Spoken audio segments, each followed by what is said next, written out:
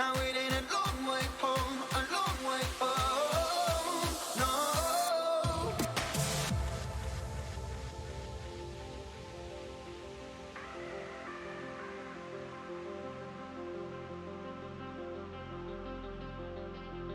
Stars and moon, can you hear me calling? Just shouting out loud, spinning out in the great unknown. You got me way up high and there ain't no falling. Zero gravity with you here and I won't let go. I've been running a mile just to find my feet. Just finding a place where my heart can breathe. And all I know is holding you close, now you're here with me. Now it ain't a long way home, a long way home, no.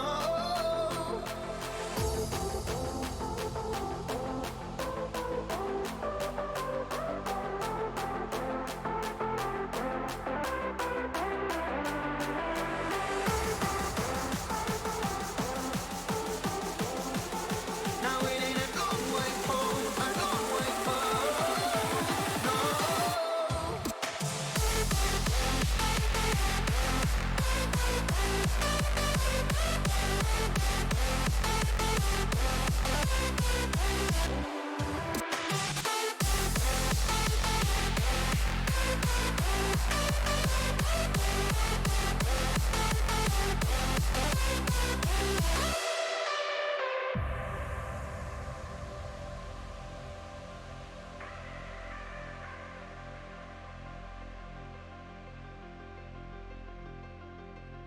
Lost at sea, ain't no hope of rescue.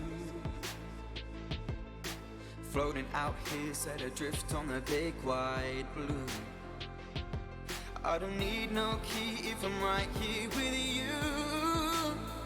Now, I don't wanna get found as long as I'm lost with you. I've been running a mile just to find my feet. Just finding a place where my heart can breathe.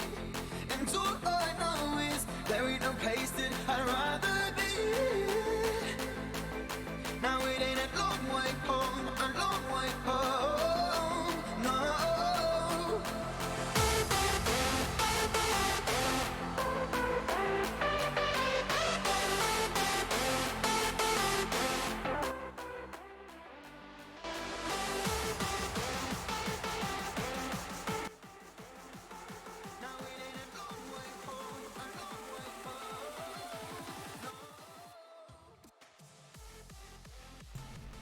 Hello. It is I, this new wolf. Little fluffy sitting happy as can be. Yes, that is me.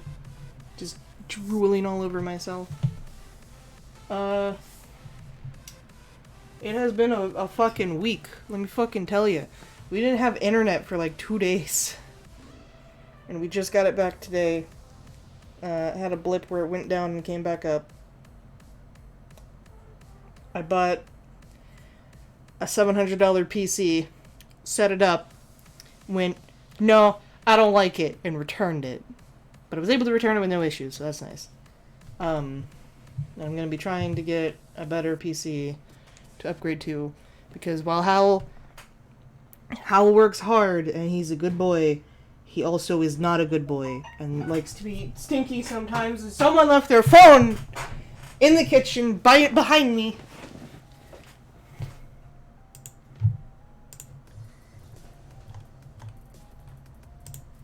Stinky. Introduce yourself, Stinky. No. Stinky.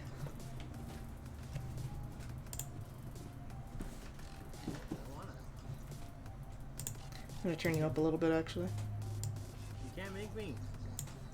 You left your phone in the kitchen and left your notifications on. You can't prove anything. I can prove this dick, boy.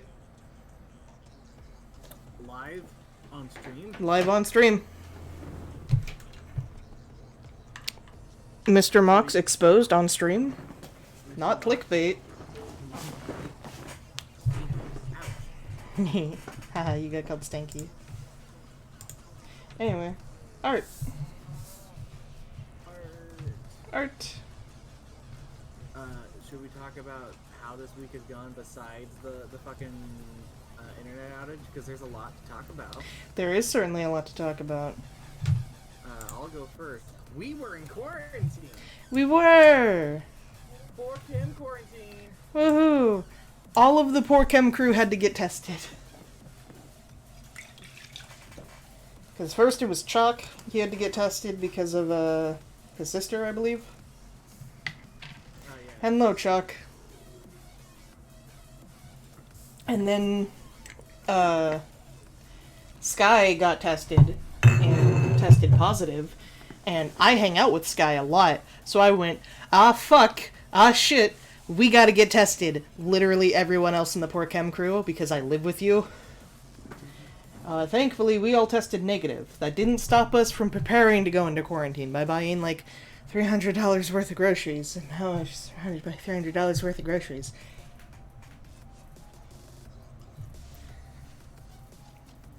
How are we gonna eat it all? How are we gonna eat it all? How are we going to consume? Turn this music down a little bit more again. It is a mystery. It is a mystery. Chat, can you hear, Mox alright? No. Okay. You can hear me at all. Just a little.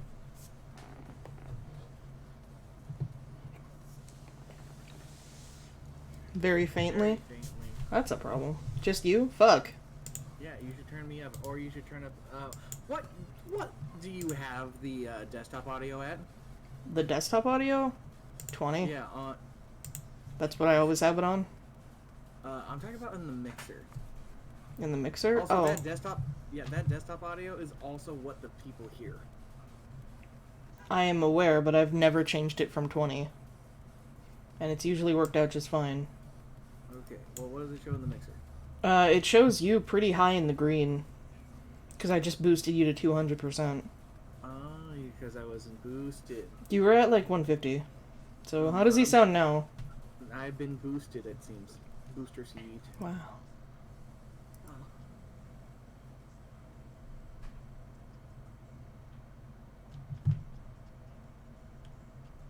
So yeah, we were in quarantine. That happened. Slightly there was- better. Oh. There was the windstorm. Yeah, there was a fucking windstorm on Wednesday night that knocked out all of the power. Not all of Yeah. it, but like it knocked out the power to some people's houses. Some people still don't have power, I believe. Yep. Some people don't. Some of my coworkers don't have power. One of my coworkers doesn't have power, and he was talking about how like he's gonna get a hotel room just so he can take a shower. I told him he was free to come over here to take a shower, but he didn't follow up on that. I see. 'Cause, Is that the boy I'm thinking of? yeah, it's SNK lol. Snickle. Snackle. But yeah. Let's see. What else has happened? What else has been going down? I am desperately clawing at Snoo to get them to play more Devil May Cry. I'm sorry. Feverishly clawing at them. I'm sorry. Gonna claw your eyes out. to I'm play sorry. But the thing is that like we lost our internet in the middle of the last stream with you on Wednesday. Thankfully, it came actually at the end of the time for the stream. Yeah, near the end of the time for the stream. And then we didn't have internet for all of Thursday, so we couldn't stream Devil May Cry then. We got internet like just a couple hours ago. Yeah, it was like around 3. Yeah, 3:30ish. Yeah. Yeah. And then today, God, I have been up since 5 today, and I have been on a fucking ride. Yeah. Because actually, no, it's not true. I've been up since 3. Yeah, you've been up since like 3 or 4 a.m. Because I woke up at 3, and went, well, shit, I'm not tired, and I have to work at 5, so there's no point in me going back to sleep. So I hung out in the living room with Snoo, who was still up at the time. I fell asleep at like 4 p.m. and woke up at 11 p.m. and went, oh god, I have made a mistake. Because originally I was just supposed to take a fucking nap. So we had that, went to work, dealt with work. Work was actually reasonable, which is Hello, Dab. strange. Hey, Dab. Normally, retail is a nightmare, especially in current times. Today wasn't bad at all. In fact, I got out early, which was fantastic. I got home, tried to hang out for a little bit and just do things. Made the plans to do the computer return for today. Keep talking. Pizza. What lovely art you are making this time. I'm not sure. Oh, never mind. I know what they're doing. Never mind. I know exactly what they're doing. They are working on their superhero OC. After discussing some things and them realizing that their character is another character with a very similar appearance to some other people they draw, I made a simple recommendation of giving them blonde hair. And now here we are.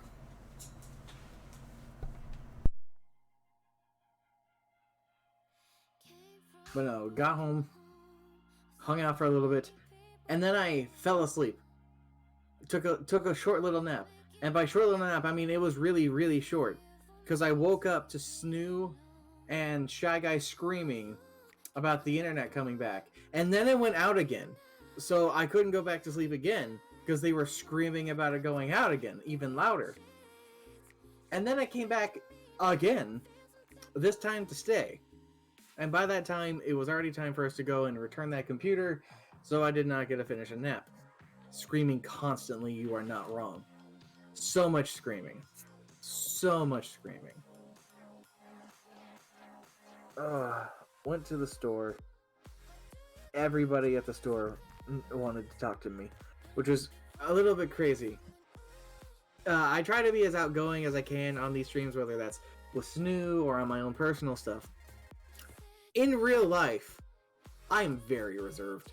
I'm actually a fairly shy individual, as a couple of people will adamantly fight me on. So the fact that there are people who I don't even know just trying to pull me aside to have conversations is ridiculous. Snoo shared her story, or their story, about being in a cult to the barista at Starbucks, and I just had to stand there and listen to them jabber and go on about this out loud in earshot of the whole world. Wouldn't have been so bad if there literally wasn't a child just standing there wanting a coffee or something from the Starbucks lady. It was just like, sorry kid, I can't come into there. I'm talking about cults. They made me a drink. Not the one I ordered, because they told me that the one I ordered was gross. They literally went, ew, that's nasty. Let me make you this. So I don't really know what's inside this drink. It tastes nice. Tastes very fruity. Don't actually know what's in it. Got lost in apparel. Because someone needed a new pair of shoes. Because their other shoes blew out. Pulled aside by the cheese man, and he just touched my ears, and I'm so tired of sorry, I was talking to my hands in frustration. And then I bought a 300-piece poker set for D&D to use poker as currency, because poker chips are nice. Poker chips feel like money. They look like money. It's just a good time. Just a stack of poker chips. Boom. Got money. Throw it around. It's a good time. It's a good time. And now we're here. My mic didn't unmute. Hello, I returned your pizzas in the oven. Aha, pizza. Pizzala? Yes. So how much of that did you hear? None, because I didn't have my headphones on. Oh, cool. So you missed the part where I was talking about you talking to the barista about you being in a cult. I was surrounded by children. Yeah. The only thing I heard when I hopped back on and failed to unmute my microphone and say, "Hey, I'm back," like twice, was you talking about how poker chips feel like money, and they do. And they do. They really do feel like money. So, also, I was talking about it, but you could probably explain more since this is your character, about how this is your superhero OC. Yes, this is my character for the system Mutants and Masterminds. In the campaign known as M&M, which stands for Mutants and Masterminds. Wow.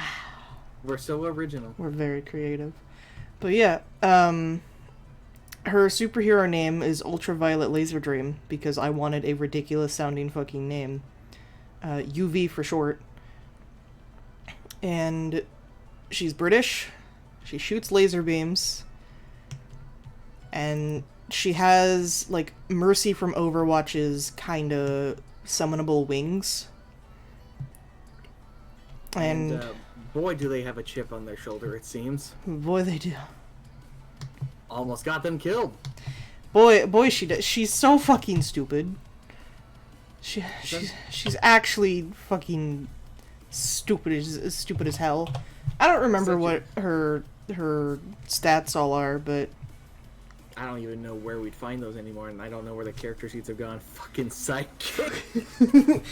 Yeah, it's fucking Chalk here is the It originally started as just me and Chalk as the players, and then Shy Guy joined in later.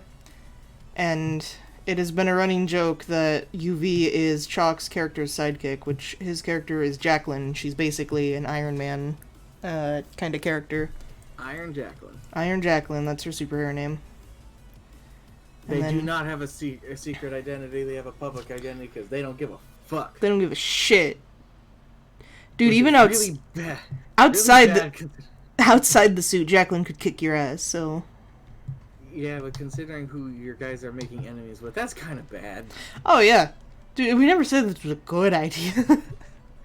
But it is what it is. UV does have a secret identity, though, which... Yes. Her real name is Vermilion. Vermilion Estisere, I believe is how you pronounce it, which... Is that how you pronounce that? I believe so. I can double check. Triple check for me. Alright. Quadruple check. Alright. Check like in poker, because we're talking about check.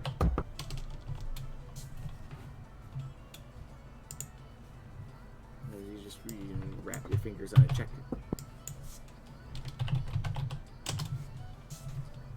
Uh-oh. What do you mean I'm offline? Uh-oh. Uh-oh. Uh-oh. Uh-oh. Oh. That's not good. Oh. No, I know what happened. My Aspiracy. Spotify was on offline mode. Okay, 'Cause so- I can listen to my own music. I don't gotta listen to royalty-free things right now. It's not even royalty free. It's Monster Cat Gold. Hey, so apparently I didn't know how to pronounce her last name. I've been pronouncing it wrong. Aspiracy. Her last name is Astracy. That's Tracy. Astracy, but it's spelled fucking Asteracee. Which, if you were to look that up, it's the family name for daisy flowers. Why did I make that her last name? I thought it sounded cool.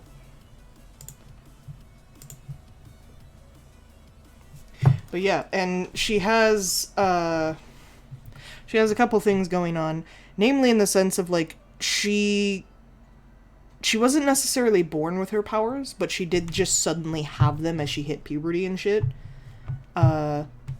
She had a twin brother who developed his powers faster than she did.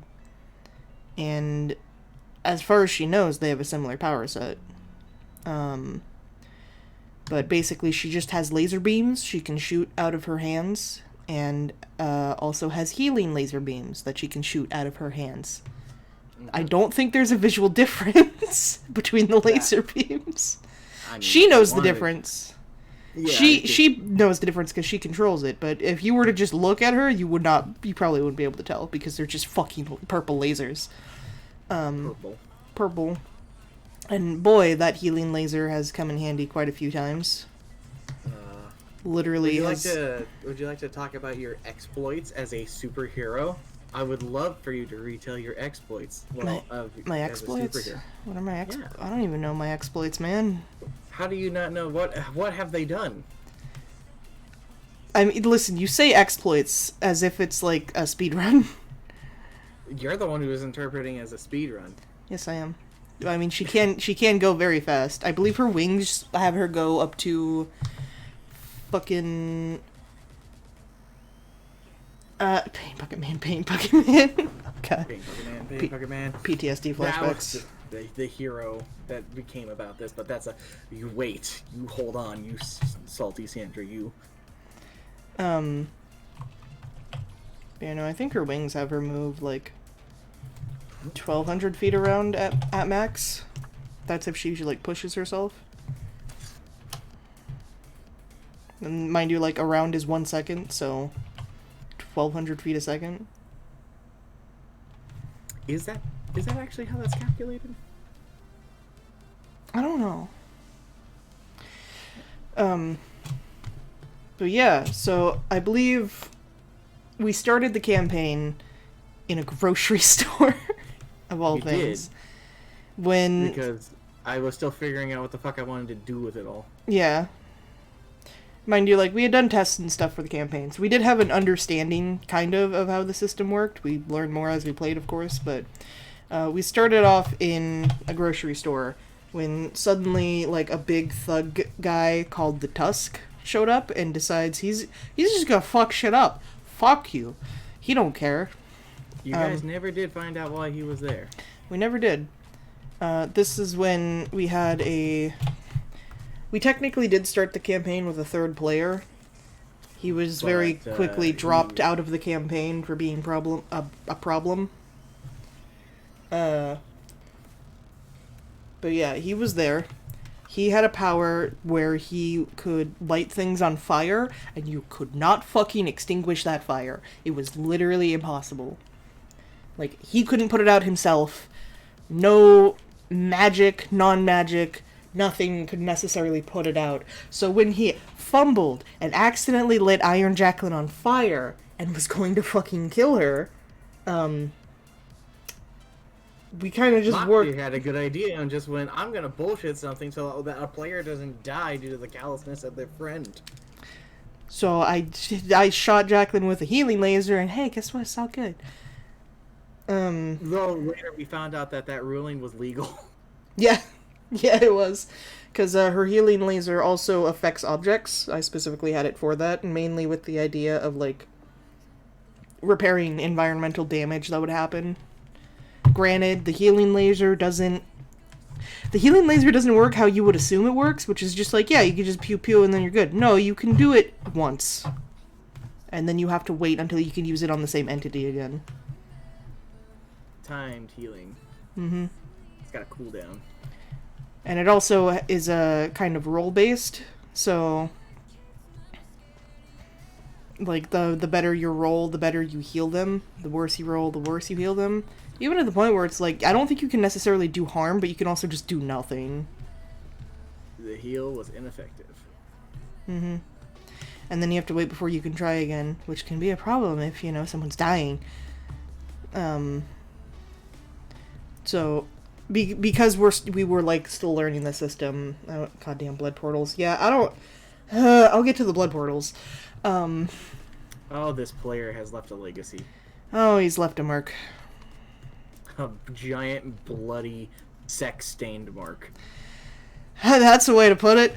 That's not wrong. It's not. I wish you didn't have to put it that way, but that's just how it is. I am being 100% accurate. Yeah, you are. So, fucking, long story short with that character is he was a blood elf from motherfucking World of Warcraft, because of course he was, why not? This player was obsessed with World of Warcraft. And he was basically like an isekai protagonist in the sense that he was from a fantasy world coming to the quote-unquote real world or comic book world, the M&M world. And along with him, he also had like some succubi that were running a strip club. It was a brothel. Oh, excuse me. It was a brothel. It was a brothel. It's not a strip club. It was a brothel. It was fronted as a strip club, because I'm pretty sure a brothel is illegal. Yeah. But in order to, like, because he had a way to, like, teleport around, because all of us were experimenting with, like, different shit in the system, and he was experimenting with the teleportation stuff. And summon. And summons. And boy, are summons a pain in the ass in M&M. They're a pain in the ass in any system, but especially in M&M, because you can get a lot of summons for real cheap. You sure can, and boy, the action economy exists. It sure does.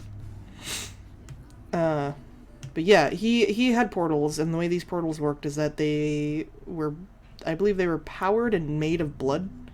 Yep. And he didn't have to do this, but he chose to. He specifically made it to where when you step through them, when you show up on the other side, you are covered in blood.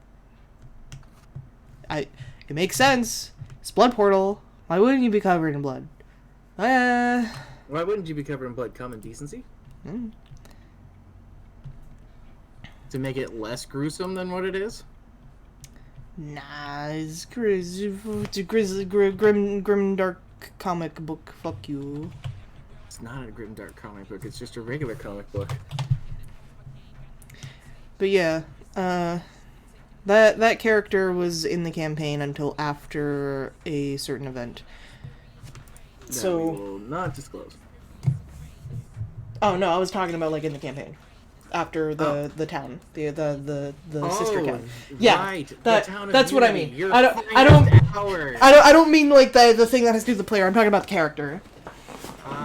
Player disregarded. The character was in the campaign until a certain point in the campaign, and then he just disappeared.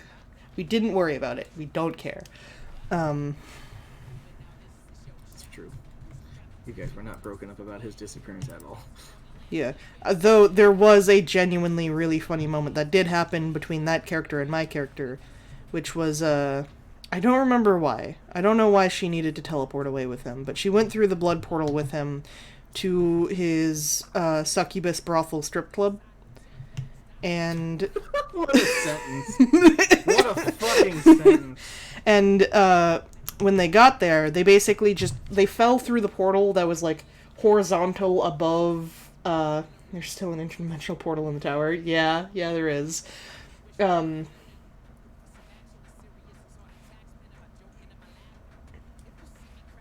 Sorry, I had a thing stuck in my throat. But yeah, no, it spawned vertical or horizontally above, like, his office room or whatever, and they fell through, both covered in blood. I rolled a check to make sure I didn't just fucking flop on my face, because I've never been through these portals before. Fumbled it, landed on top of him and knocked him over. Hearing a ruckus in his office, some of the succubus girls, like, came in to see what the fuck happened, and just as they did, the fucking shuffle on Mox's fucking Spotify worked some magic and played Careless Whisper at that moment. And it was definitely one of the most embarrassing, albeit fucking funniest D&D moments I think I've ever been the butt of the joke for. Yes. Second, probably only to my own personal running joke with you in a different campaign in that same system. Is this with CJ? Yes. We could talk about CJ later. But yeah, so the succubus girls come in, see this, and go, oh boy, and get real excited, and all up in her face, and are just excitedly asking her, talking to her about the scenario before them, because they've assumed, and they aren't taking this in a bad way, they're taking this as like, oh man, our boss finally got a girlfriend, holy shit. And they both had to quickly explain, no, that's not what it looks like. This is a business thing going on. Fucking, I don't remember where it went from there, but eventually UV was able to get the fuck out of there.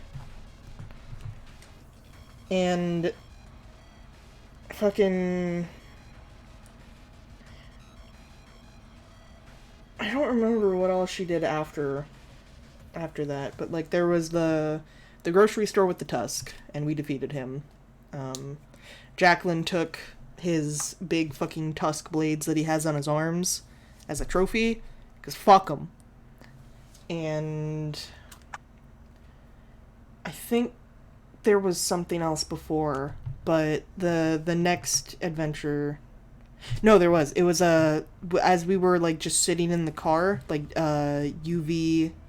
Or not UV, Vermilion, technically, because she was in her fucking, secret identity. And Jacqueline were in the car. Mind you, like, a bit of context, Jacqueline does not know Vermilion is, UV. And it's just the funniest running joke we have in the campaign, at least to me. Fucking UV is British, Vermilion is British, they both call her Jay, they both look similar, but Jacqueline just has never bothered to put two and two together yet. I think a couple people tried to... They are roommates, and it's just so fucking funny. That they are roommates, and also Jacqueline is technically Vermilion's landlord. She was free to pick, like, whatever apartment she wanted in the building that Jacqueline owns, and she chose the one Jacqueline lives in.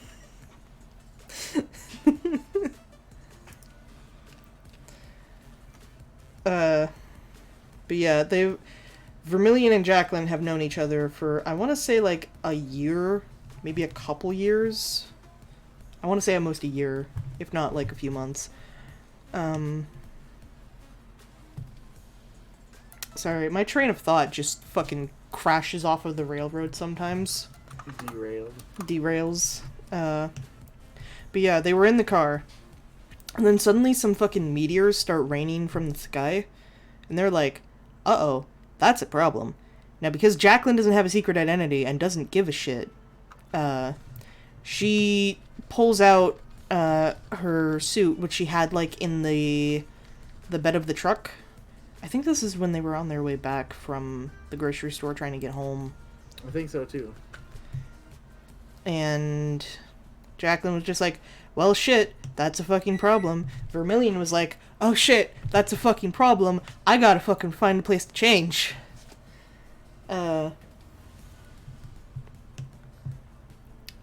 So that's just a constant problem for Vermilion, is just like, uh-oh, I gotta be a superhero? Better fucking go find some place to change my clothes. Don't forget the real ass gun I handed her. Oh yeah, that's right. Fucking Jacqueline's just like, alright, this is a dangerous situation. Here, if anyone, it's fucking protect yourself. Hands her just a fucking gun. And Vermilion's just like, I don't fucking know how to use this. What the fuck? I'm British. Guns are illegal. Guns are illegal where I'm from. But yeah, I believe Vermilion did manage to find a way to change, while Jacqueline was already flying towards the stratosphere to shoot down some of these meteors. Also, pizza! Pizza!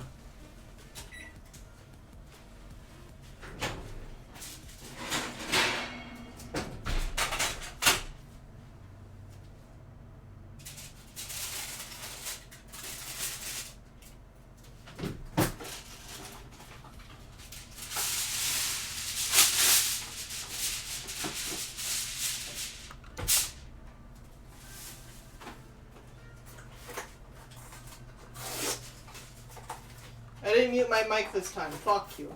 Nope. No, you did not.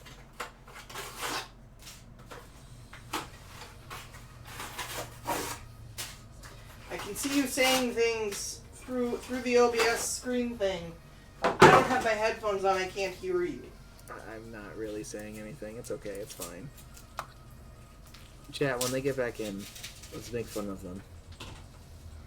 They'll never be able to defend themselves. It's gonna be hilarious, chat.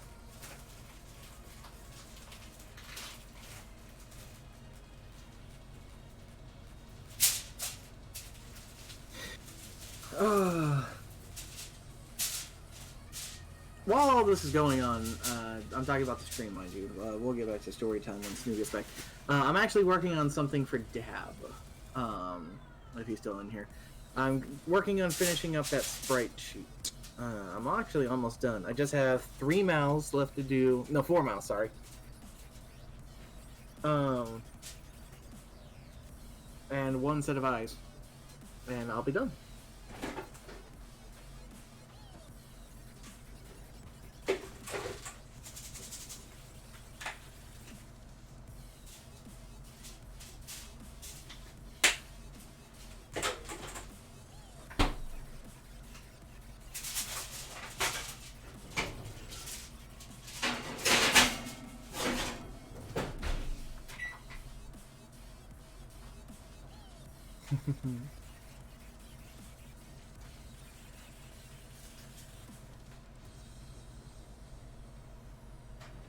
Hello, would you like some frozen pepperoni? Sure. Frozen pepperoni. Why'd you slap it on my table like that? Okay. I mean, I like pep.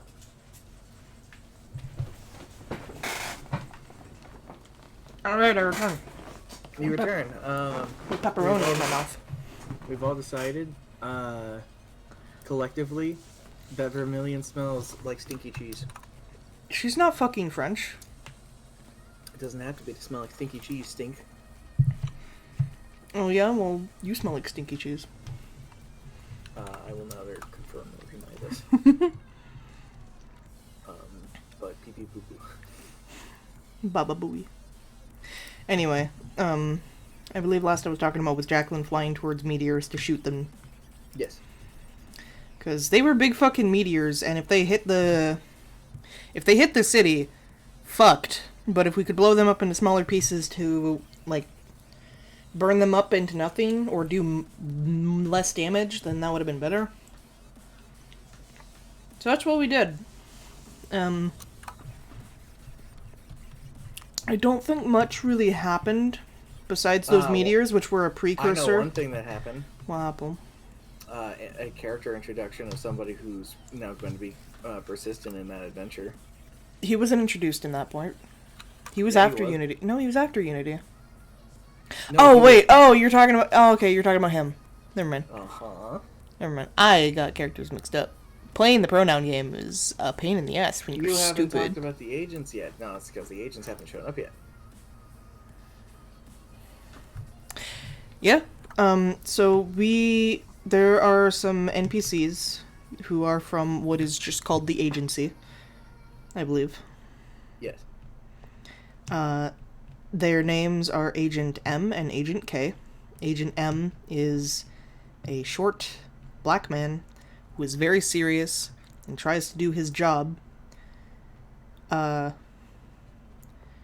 believe, honest to God, the way you described him, like, visually and physically, was just imagine Krillin from Dragon Ball. Like, Yeah. size and everything. And then he's black. Yeah. And in a suit with sunglasses. They both wear suits and sunglasses. And that's just what Agent M looks like. And he is a very serious man, not to be trifled with. Don't fuck with him. He can and will fuck you up. Damn, Skippy. And then his partner, Agent K, is a big, strong, muscular woman who is kind of a rookie agent. She doesn't fully know her own strength. And I love her, and she's precious. And a ditz. And a ditz. If any of you know what the Amazon from... Oh, what's the name of that game? Dragon's Crown. From Dragon's Crown looks like... She basically looks like that.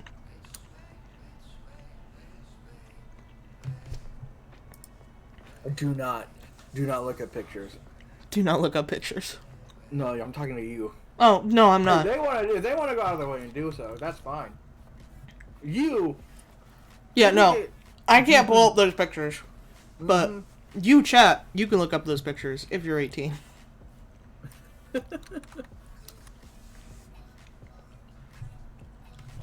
Ah, man, I can't wait till we stream.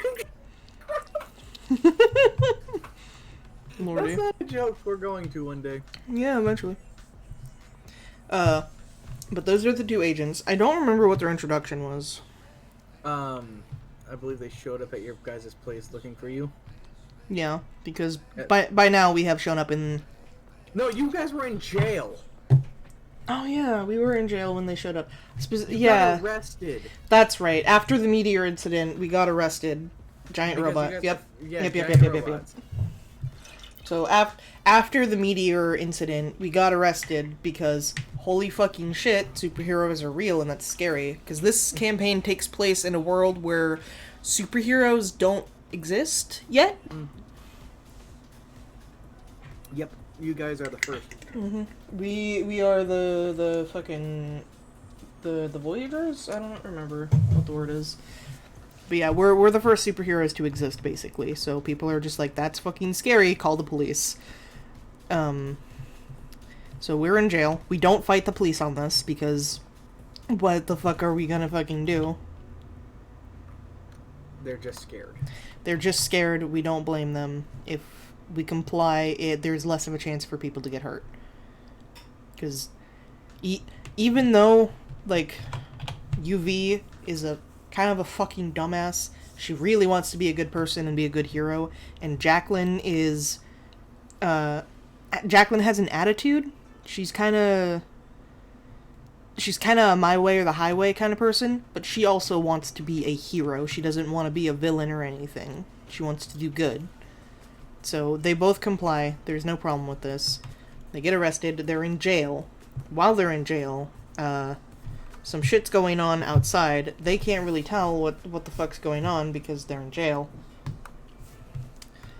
And I believe both find their ways of, like, basically breaking out of the cell they're in, because they were in separate cells. Yes. I believe UV just shot the fucking lock off, and Jacqueline, putting together, like, parts of, like, springs from the mattress and shit, made a jury-rig, lock-picking device. And they both got out. And upon, like, exiting and looking around, they see... Was it a dead cop or a knocked out cop? I believe it was a dead cop. Yeah, they find a dead cop in, like, the receptionist area, and they're like, uh-oh, that's a fucking problem. And then soon after run into a robot. Not a giant robot, a human-sized robot. However, unknowingly on your part, like, at no fault of your own, because still we were learning the system, I accidentally grabbed the wrong stats. you accidentally grabbed the wrong stats and threw just a small version of the boss of this encounter at us. And we beat it. And then we beat a couple more. And almost died. And almost fucking died. And then, hey, look! A giant version of the robots we were just fighting. Shit, dude. And it was piloted by, I believe, like... Clones. Yeah, mad scientists' clones. I think we caught one of them alive. Yes. And I believe they were trying to, like, just escape out of the robot through, like, some sort of, like, parachute thing. Whatever. But we caught him. Got him arrested. The town already took a lot of damage, and while it was basically, like, a huge terrorist attack, a lot of people got evacuated out of the town. And where they got evacuated out to was the sister town. The town that the city this takes place in is called Newberry. The sister town is called Unity. This is when, instead of doing, like, our own encounters and stuff, we actually managed to find a module for the M&M system. I owned a module for Mutants and Masterminds, unbeknownst to myself. I don't remember when I picked it up, but I did. You just had it.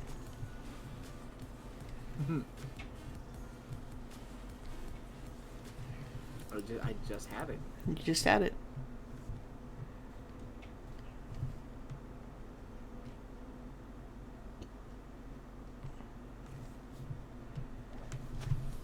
And Yeah. you guys were basically given a job by these government officials that you spoke of earlier.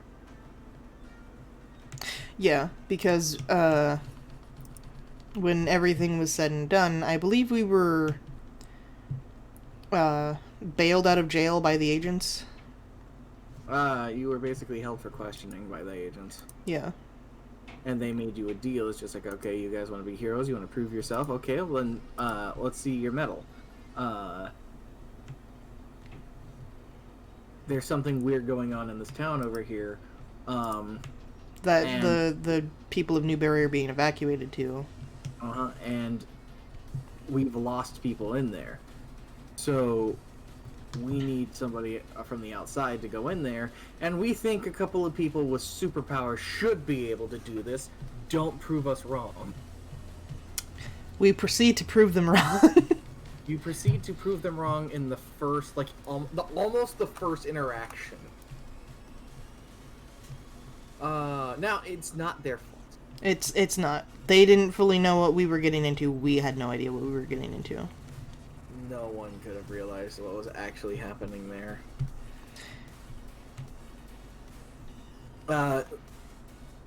I'll give some context on that one. So, the town of Unity, the sister city of Newberry, okay, it's a pretty decent town. Nothing too crazy, nothing too grandeur. People there with their own issues and stuff like that, but no different than any other town. A woman whose name I don't remember. it was something very simple that started with like a C. It was like Yeah, I think it was Carol. Carol. Yeah, that's it. I was gonna say fucking a woman Kaden. named Carol was on a drive with her family when one of the meteors from their incident struck their car. The incident back from their stopping of the meteors. Sure enough, they broke the meteors up, but one of the pieces flew too far and ended up hitting this lady's car. Because of Chalk's additions to the game with his Iron Jacqueline, there is a resource that is not native to the planet called Badassium. Some of this meteor had Badassium inside of it, and it is responsible for doing all sorts of whatever MacGuffin things I need. It's my plot device, fuck you. In this case, it changed Carol. It gave Carol powers. What kind of powers? It gave her the ability to share her consciousness with people, and vice versa. Basically a hive mind. Basically a hive mind, and it was all instrumented by touch. So A simple touch would basically infect you with the hive mind. So the doctors who took care of her were the first ones in, then the family, and then the people interacting with the family, as those who were taken also could possess by touch. As, in a way, they were all Carol. Except for her children. her two sons, I believe. Her two sons. Both of which were completely immune to it. However, one asked about it when the team showed up to just kind of ask around about things. The kids described it as something wrong. Every time their mom or dad, or not their mom was in the hospital, every time their dad tried to give them a hug or so, it was like there were ants in their brain. Yeah, which was concerning. And Very we're just concerning. like, mind you, we didn't, as players, we had no idea about this module. None of us had read it. None of us really do that sort of thing. So we're just in here going like, what the fuck is going on? Is this some sort of like bug villain thing? Shit, fuck. Scary. No, at first everything was fine. They decided to go into it further, thinking, okay, this incident with this mom was certainly something that they needed to check out. So they went to the hospital that Carol was at, and because of gentle touches from passersby. I believe we had an encounter actually at the house. Later. This happened after this. I see. UV got possessed. Yes. And it was I believe the way it was described to her, mind you, it was suddenly just, you look at me and say, give me your character sheet. And I'm like, Yep. oh no, because we didn't fully understand that this was a hive mind thing. I thought he was changing something on my sheet. No, he took my character sheet and I did not get it back. And he would write little note cards and hand them to me, and that is what I was meant to say in UV's voice. Mm-hmm. And it was scary. Albeit I was kind of grumpy. I do remember being like salty because I'm just completely out of control of my character, and that's just a frustrating situation for, I think, any player. But yeah, at this point, that third player from the start of the campaign is also involved in the thing. He immediately is just like, I believe he immediately was just like, ah shit, something's wrong with him, gotta kill him now. So, yeah, you had a tussle, and you guys very quickly incapacitated UV, because UV was in close range. UV goes down very quickly. Yeah, UV is not a close range fighter. She's meant to be ranged. Yep. What followed was one of the stupidest things I think I've seen someone decide to do. Yeah. So, you guys, if I remember correctly, to visit the children, broke into the house. Yeah. I'll mind you, I was not involved in this. I was unconscious and handed over to the agents. Yeah. So, you guys broke into the house to go talk to these kids. The other player who was with them, which was this magic guy, decided he was going to go back Elf to the boy. kids because he felt like there was something more to really gain out of them. I had nothing to do with this either. It was just him. It was just the elf. Just him, because he teleported through his blood portal there. So there is this man, Covered in blood. trying to go into a house, Questioning that, children. to question children. What the fuck conversation is this? This is what happens when we talk about our D&D campaigns. Yeah. The cops have shown up to the house because you guys tripped the fucking alarm on your first visit. And the cops are possessed by this hive mind. So they are especially curious about what's going on at their house, because it's their house and their kids could be in danger, you know? Yeah. So there's this man, covered in blood, and the cops walk up to him being like, "Sir, The fuck are you doing? What the fuck are you doing?" He's like, "Oh, it's okay. I just have to talk to these kids." Like, nonchalant. It's fine. I'm just going to talk to these children while I'm covered in blood. Now, similar to Snoo's character here, this magic man cannot hold his own in a one-on-one fight, and these regular cops overwhelm him very quickly, and while restrained, he is possessed. We are both grumpy, salty players about this. Uh-huh. However, while in the hive mind, we are aware of each other's presence. Mm-hmm. Because it's not just like a character to Carol, it's everyone. Everyone in that hive mind is connected to each other. And I believe the way you described the feeling of it was a very euphoric and even addicting. Like, I believe our characters were going through withdrawals when we got out of it. Yes, actually. Also, my pizza. Your pizza. Pizza la. One way or the other, they managed to get the other guy from the police. And so now they have these two possessed people. And the agents have a very special ability that I sort of stole the name from XCOM, called We Have Our Ways. Yeah. What? I have no idea what happened. I don't know what they did to me, but whatever it was, it worked. Whatever it was broke you guys out of the hive mind very violently and aggressively. Yeah, and I believe you as a DM specified that, okay, you get one. That was your one. Yep. It was, you guys get one chance to get out of this because you did not know, and I felt like it would be a dickhead thing to do to just be like, no.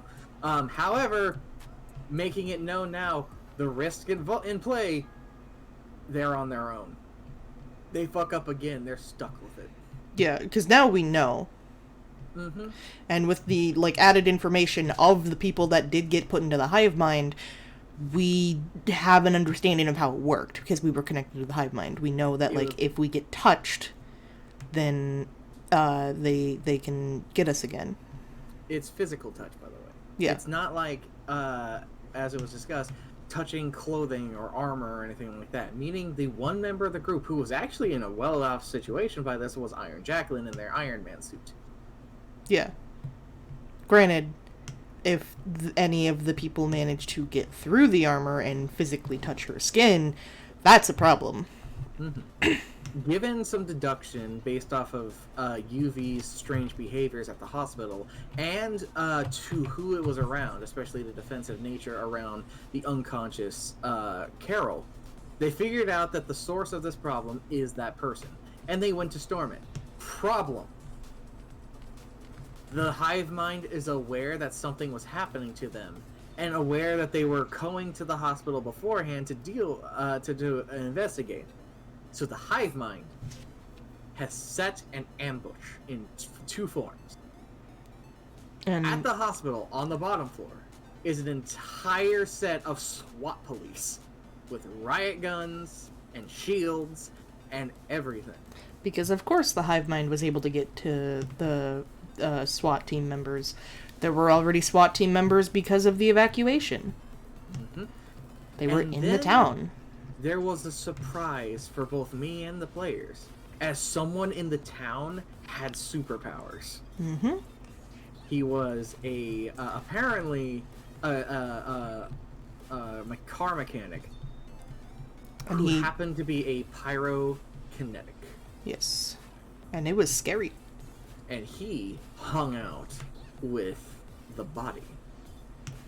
Mm-hmm. So what proceeded was a two-style combat encounter with Iron Jacqueline taking on this police force on the bottom floor, and UV and the Magic Man trying to deal with a man who could create fire.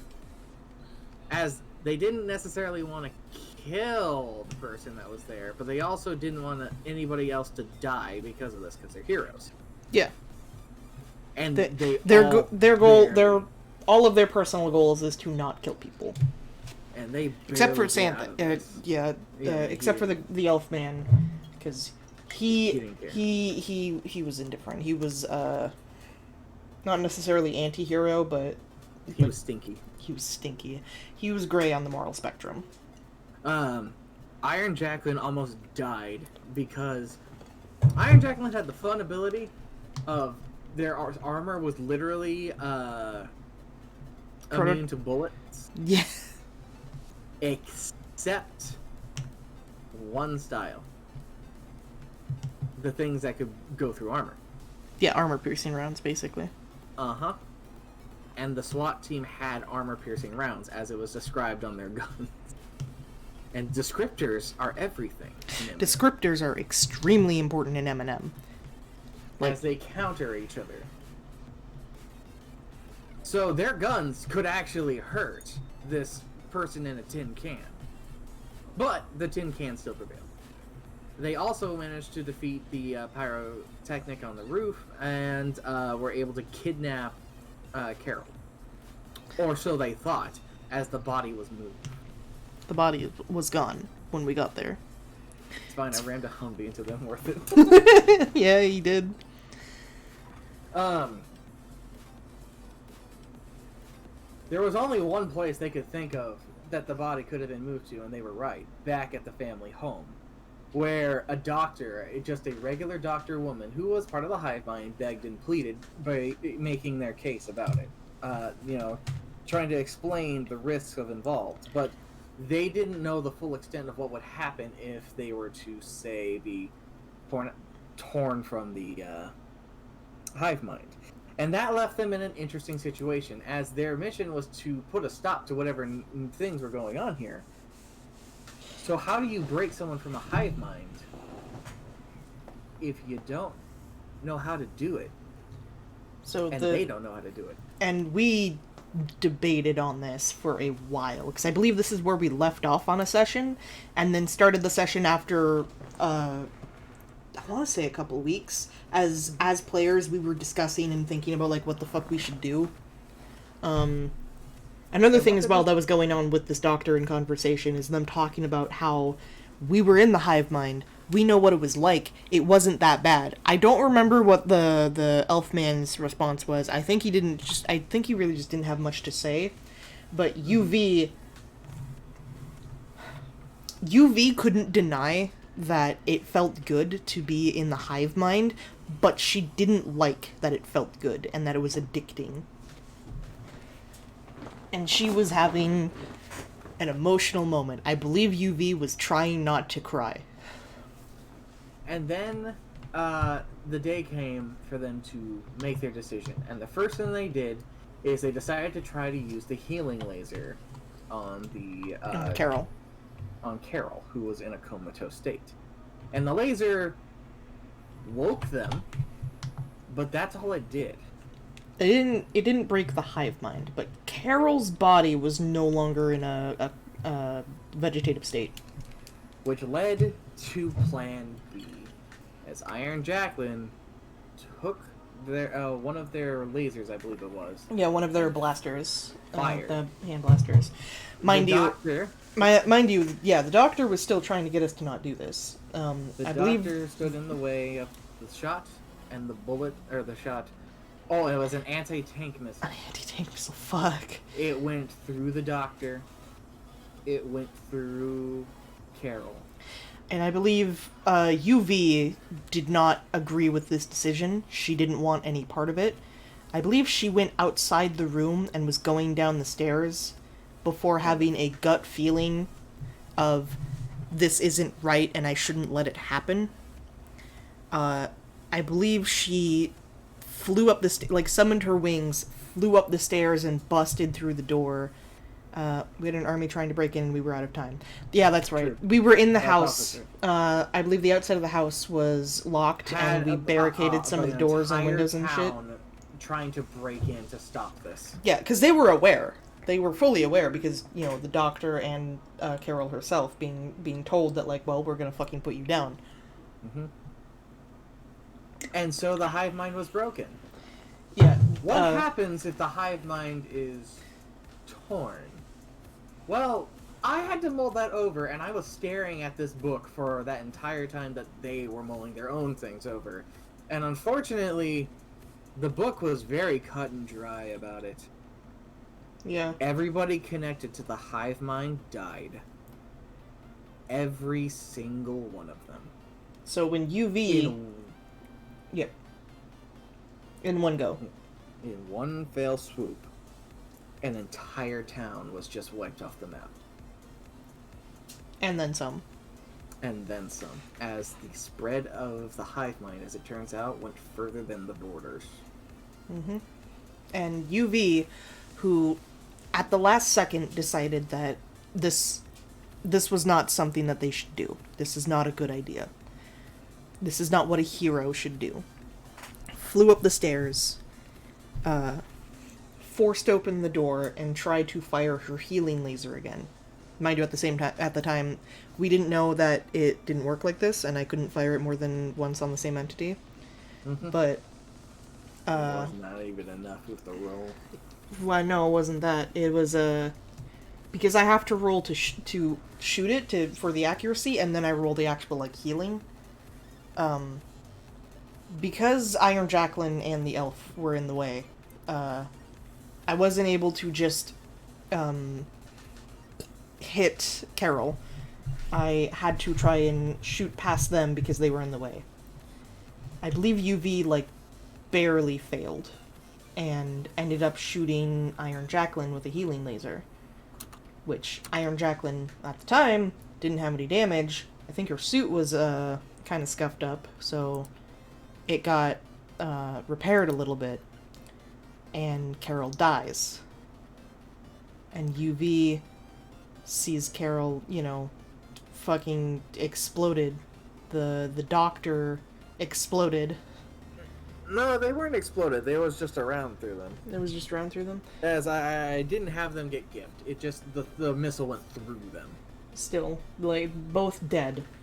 UV And then there was a immediate. silence. Yeah, there was an eerie silence. The door's no longer getting busted down, and UV immediately feels guilt and like it's her fault that this happened because she wasn't good enough. She wasn't fast enough. She didn't stand up for her morals well enough. And then two small children who were curious and unsure of what was happening, scared and confused, asked the question of what just happened. And UV doesn't know what to say to them because she's the first one out of the room, the first one to see them. Just a huge weight of guilt falls on her shoulders with those kids asking that question. This even hurt emotionally Iron Jacqueline, as Iron Jacqueline themselves is no stranger to being parentless, and they just created 2 orphans. Mm-hmm. I believe UV doesn't even answer the kids and just goes outside to see what's happened to the people outside because they're suddenly silent. From the doorway down the street is just a line of dead bodies. And UV does not handle that well. Because just the idea alone of Carol and the doctor being blood on her hands, it's suddenly all of the people connected are blood on her hands. And she steps out into the street and just moving down the road, seeing like hundreds, I believe even thousands of dead bodies, and just starts running. And meanwhile, unbeknownst to her, something starts growing on her shoulder. Something she's partially aware of because her and her twin brother have similar powers and similar things that go on. And a tattoo mark appears on her left shoulder, which these marks only show up after deeds of evil, or basically a manifestation of bad karma. Of their choosing, mind you. Yes. As a player, I chose this. It's part of... It's kind of part of her power set. It's sort of a curse that comes with the boon of the laser powers.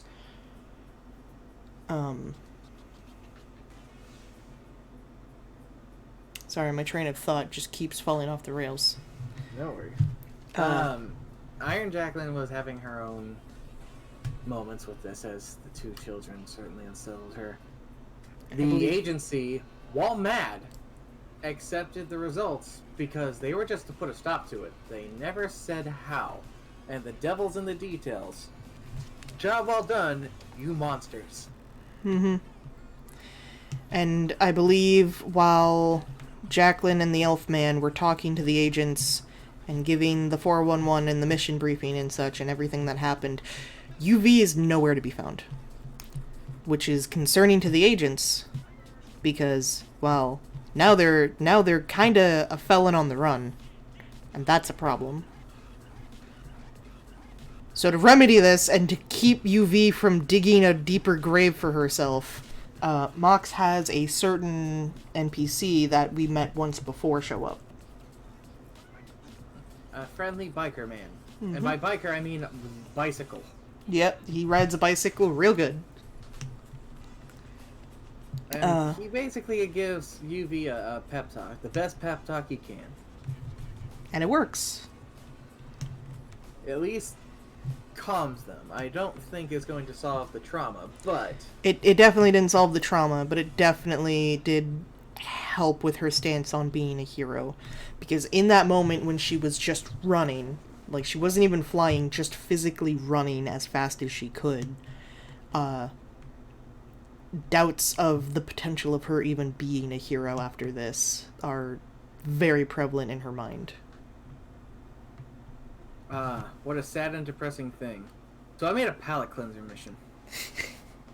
Yeah, yeah, you did. So everybody is sad and depressed, but the day is saved. Yeah, as So- the evacuees of the town are slowly being filed back in after Well, it's they're been not determined allowed it's to safe. yet. Well, not After yet. all, there's still a problem in the city that the team has to go deal with. A crime boss, who is known to be eccentric, has basically taken advantage of the fact that the city's empty and done whatever the fuck he wants. This motherfucker, hate him so much. And the agency decides, hey, don't fuck this up. So they go in to go deal with them. They end up at a pier where they end up fighting a bunch of rowdy Ukrainian men in tracksuits. Mind you, these are similar to the thugs we met with the Tusk in the store. They're just mercenaries for hire. And they are tussling. All the while, however, there is a voice that is taunting them, as the eccentric crime lord they are fighting is a man who goes by Karaman DeFrug, as he is a criminal parody of Kermit the Frog. In fact, he himself is not at the site, but a frog puppet that he controls from a distance is what he uses to represent himself. And taunting them on screens as they go through his complex is a fucking frog puppet just going, "You're never gonna get to me." You were having a fucking blast with this villain. You're gonna be defeated. And the more he talked, the angrier Iron Jacqueline got. I love how I ended this. So basically, they get to his throne room, where sitting on a throne is this fucking green puppet frog ass, and he's just like, "You'll never survive what I have in store for you." Smoke rolls in, the walls slide open, everything becomes hard to see, and no one on the team has the ability to see through this fog that rolls in. And they wait, arms ready to throw down. Waiting for them to make the first move. The smoke dissipates. There's nothing in there. The frog has escaped through a hatch. There was no threat. It was a bluff, just to save the puppet. And Damn it, boy, he got away. were we pissed. They stopped the crime, but they didn't get their man. Their puppet. Their puppet.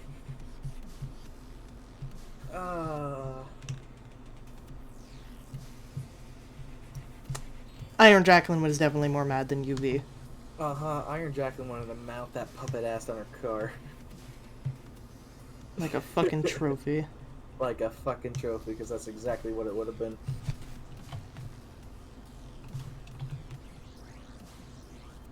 The fuck is this song? I don't know. I don't know what you're listening to. Very weird. It was like speaking robot speak. Anywho,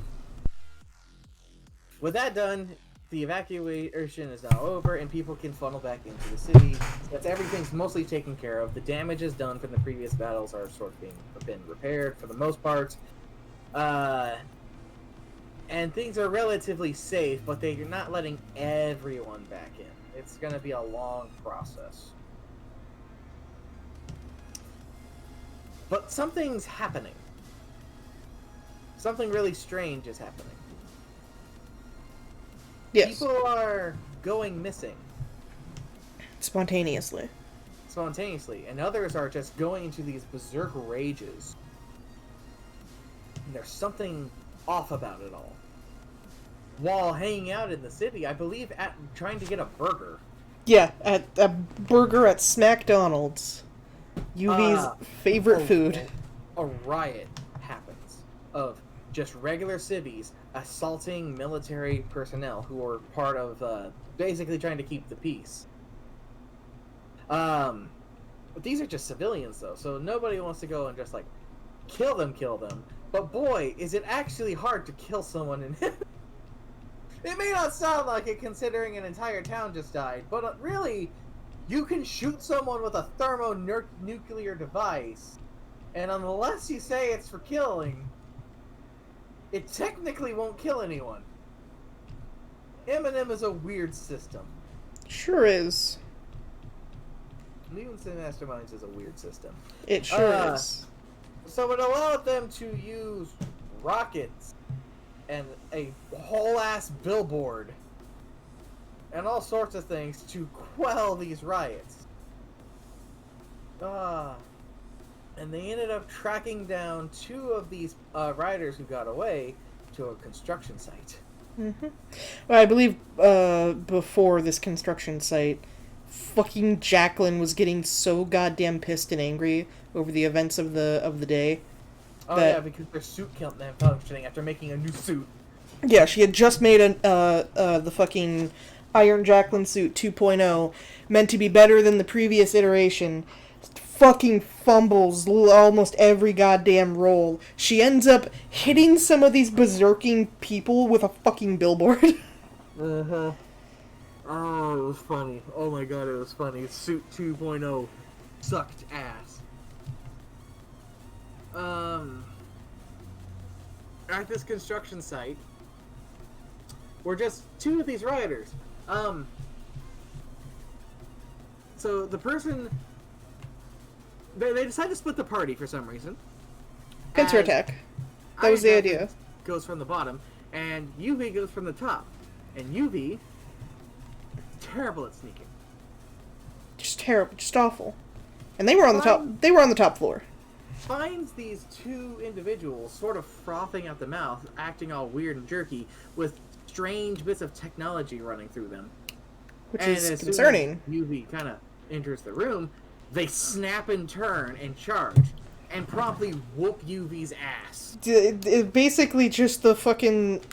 The one JoJo meme from part 5 of the people kicking the shit out of some dude that they spilled the wine on his suit, and he's just like, you motherfucker, and just Rancia and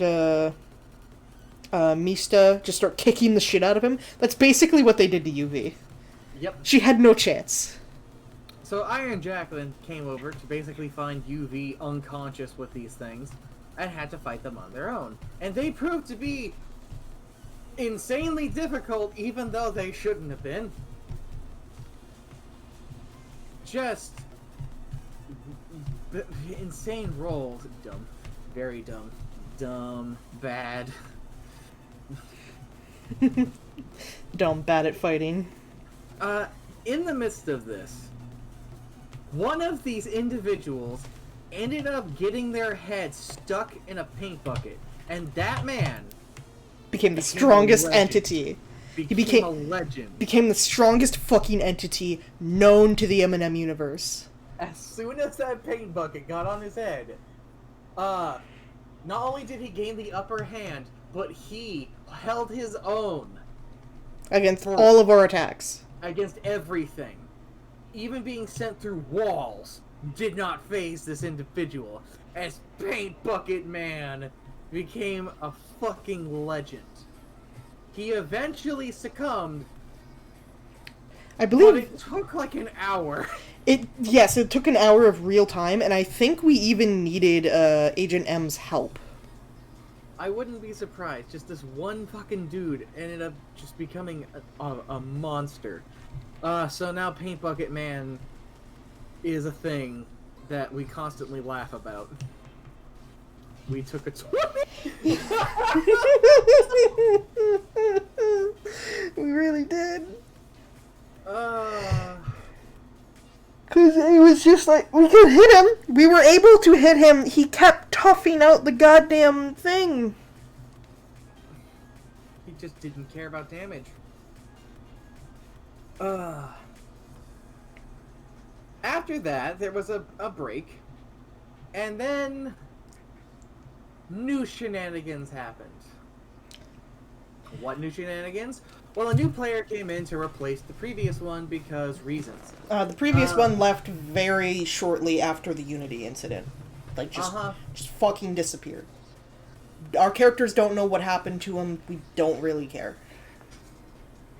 So now Shy Guy has entered the midst with his character, Vis, who is a shapeshifter. Yes.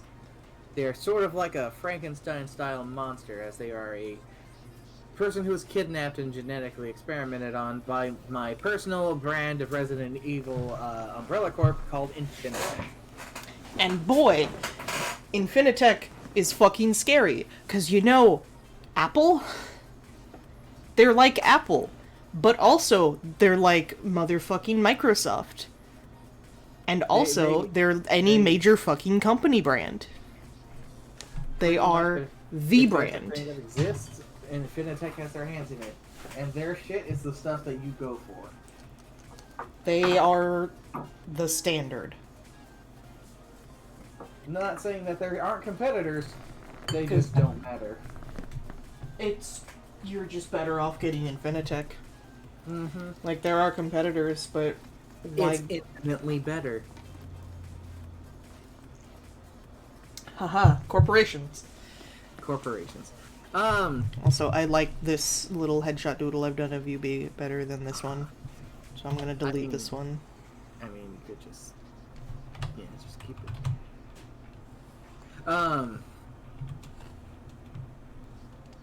Actually.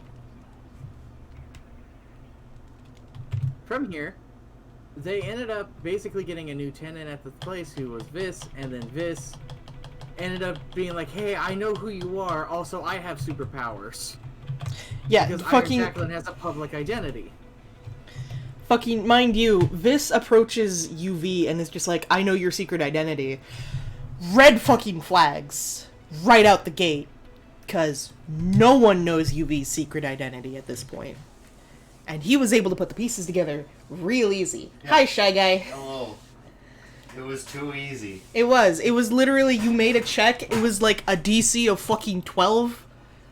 Because while UV certainly has, like, the mask and, acts differently a little bit, you can easily just compare the faces. It also doesn't help that UV has a fucking Tumblr that she posts to. Granted, she never takes pictures of herself. It's always pictures of either the shit around them, or of Iron Jacqueline, or the environment that she's flying in. Because flying was a new power that just suddenly happened in the first session, and she just started fucking floating to the ceiling, and she's just like, I don't know how this happened, I don't know what's going on. Help. Help! I don't know what I'm doing. For a good while, she had to make checks just to even use her flight powers until eventually I got the points to take that debuff off. So now she knows how to fly. Not great, but she knows. From here, they got a new mission to basically investigate a possible Infinitech connection. Which Jacqueline is very interested in. As her sister is one of the head people of Infinitech itself. I believe she's the director of Infinitech.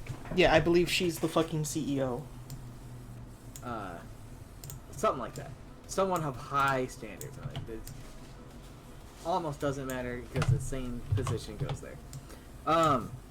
So they end up investigating a series of storage garages. And because of Vis's addition, and because of Vis's flaws that they were chosen, Complications, I now have to add spooky horror elements to almost everything. Yeah, because I don't remember what it is exactly, but he has like phobias. Supernatural and particularly death. So one of the things they found was one of the garages had a bunch of haunted dolls inside of it. Which I believe he proceeded to open and then immediately just close the door without saying anything. And They UV eventually and Jacqueline found- were just like, the fuck did you find? Don't worry about it.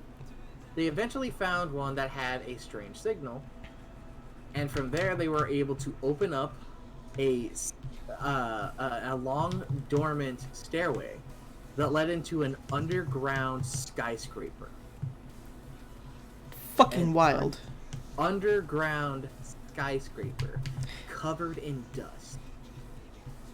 Now, I'm gonna just be out and honest here. I love Resident Evil.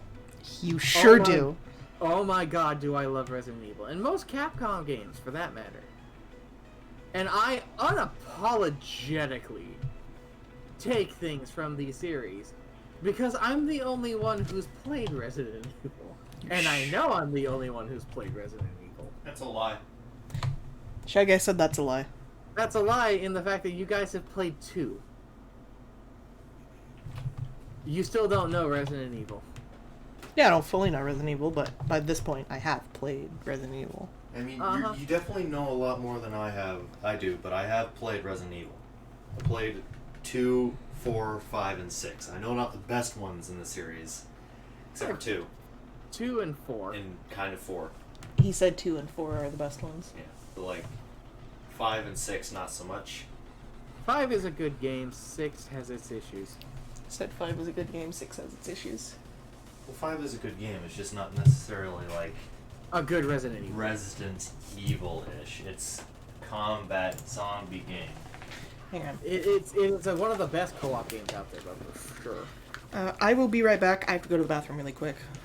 Yeah. Well, anywho, I guess I'll continue the story time. So I bring this up because if anybody's seen the Resident Evil movies, and I'm talking like the live action ones, I've essentially stolen the Hive. And that's what they're walking through, is the Hive. Now, for being a Resident Evil aficionado, I'm not just taking that, though. I'm not gonna make them all have to, like, fucking deal with zombies and shit like that. Technically speaking, I stole something else from my good friend, Killer Claude, or the artist who draws things for the streamer, Hellmuffin. Also known as my friends Jordan and Logan. Logan is an amazing DM with insane ideas about campaigns. He has a creature called a Mancoon, which is a terrifying amalgamation of a human and a raccoon with claw hooks for hands and feet. And so I took that because it was a terrifying thing in the campaign that I played it in, and I decided it'd be funny if I threw it at these guys. So they're investigating this rundown thing, looking for clues, trying to find it, and it's very clear something bad happened here. As there is destruction through some of these floors. Like, floors have collapsed on themselves. And they decide to go down into the bottom center of the skyscraper that they can see from looking down a hexagonal shaped set of floors. Then they hear the clicking. Scanning around, a couple of these things seem to emerge from the dark, followed by more, and they drool and growl hungrily and lunge at him, having most of their body covered in this metallic substance, as my mancoons, my cyber mancoons, besiege the party. The fight is long. The fight is terrifying. It was everything I wanted it to be. But the mancoons are eventually slain.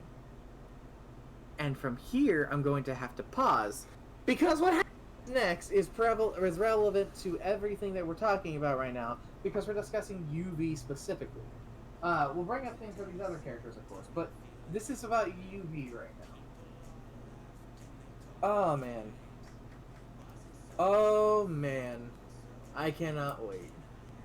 This is absolutely the dumbest thing UV has ever done. But we'll have to wait for Snoo to get back.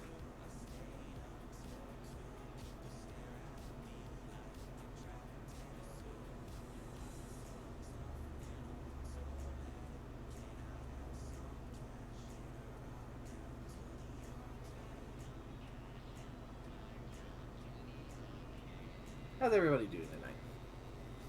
I'm doing okay. I'm glad to have the internet back. I'm glad to have this at my fingertips, being able to do things and do kind of whatever I want without having fear or worry. I certainly missed that. I missed the connection. I missed my ability to speak.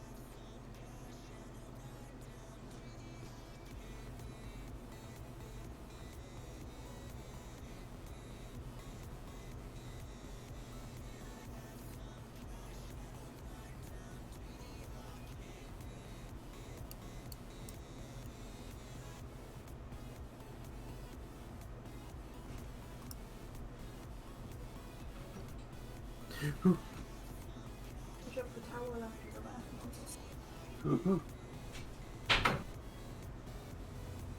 I just wanted to be clean. Is that really such a crime? To be clean? I return. Huh, Snoo? Is it such a crime? Yes. Anywho, so I just left off about the bit with the first encounter with the Mancoons. Cyber Mancoons, I should say. I thought they were rat men. They're Mancoons.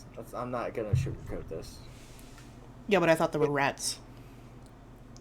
Yeah, that was my Like, they're mancoons, but instead of raccoons, they're rats. yeah, that's my my legally distinct thing between what I did and what Logan did. But so the day is the battle is over. Everything is saved, you know, except one got away.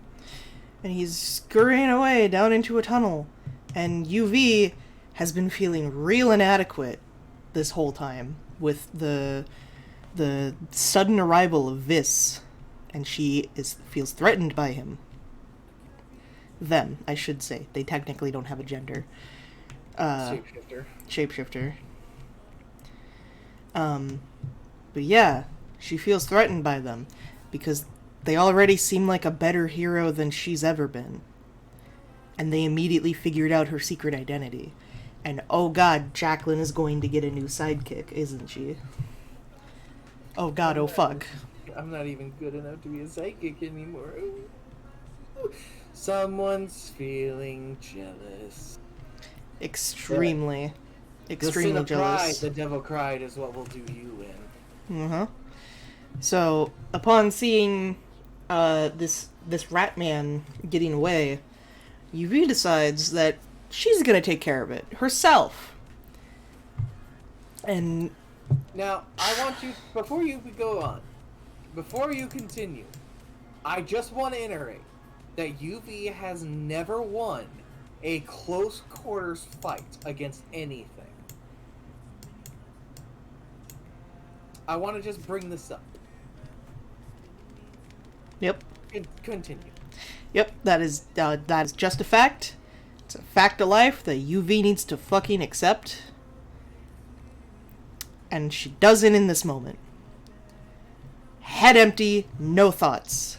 All she can think of in this moment is, I need to prove I can be better. I need to prove I'm better than them.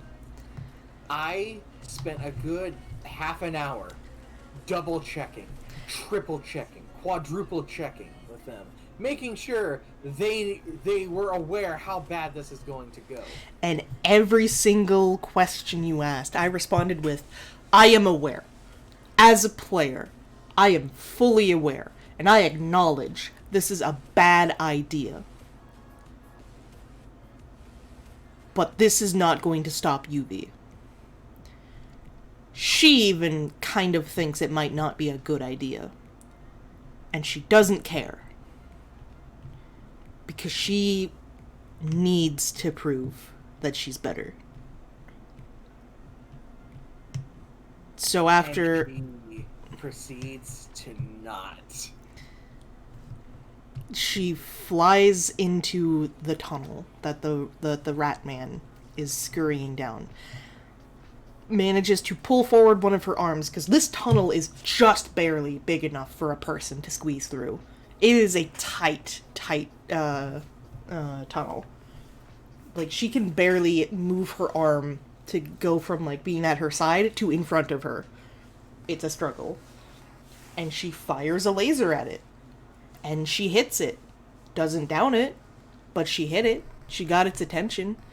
And I believe this tunnel didn't really actually go anywhere. So now there's suddenly a cornered Mancoon rat man thing. And it's only got one way to go. So it charges. And basically tears apart UV. Yep. Just in, I think it was even just like 2 attacks. Like, I believe he charged at UV, attacked her once. She got, I think she definitely got a bruise. I don't know if she got dazed or stunned or anything. But they fucked her up.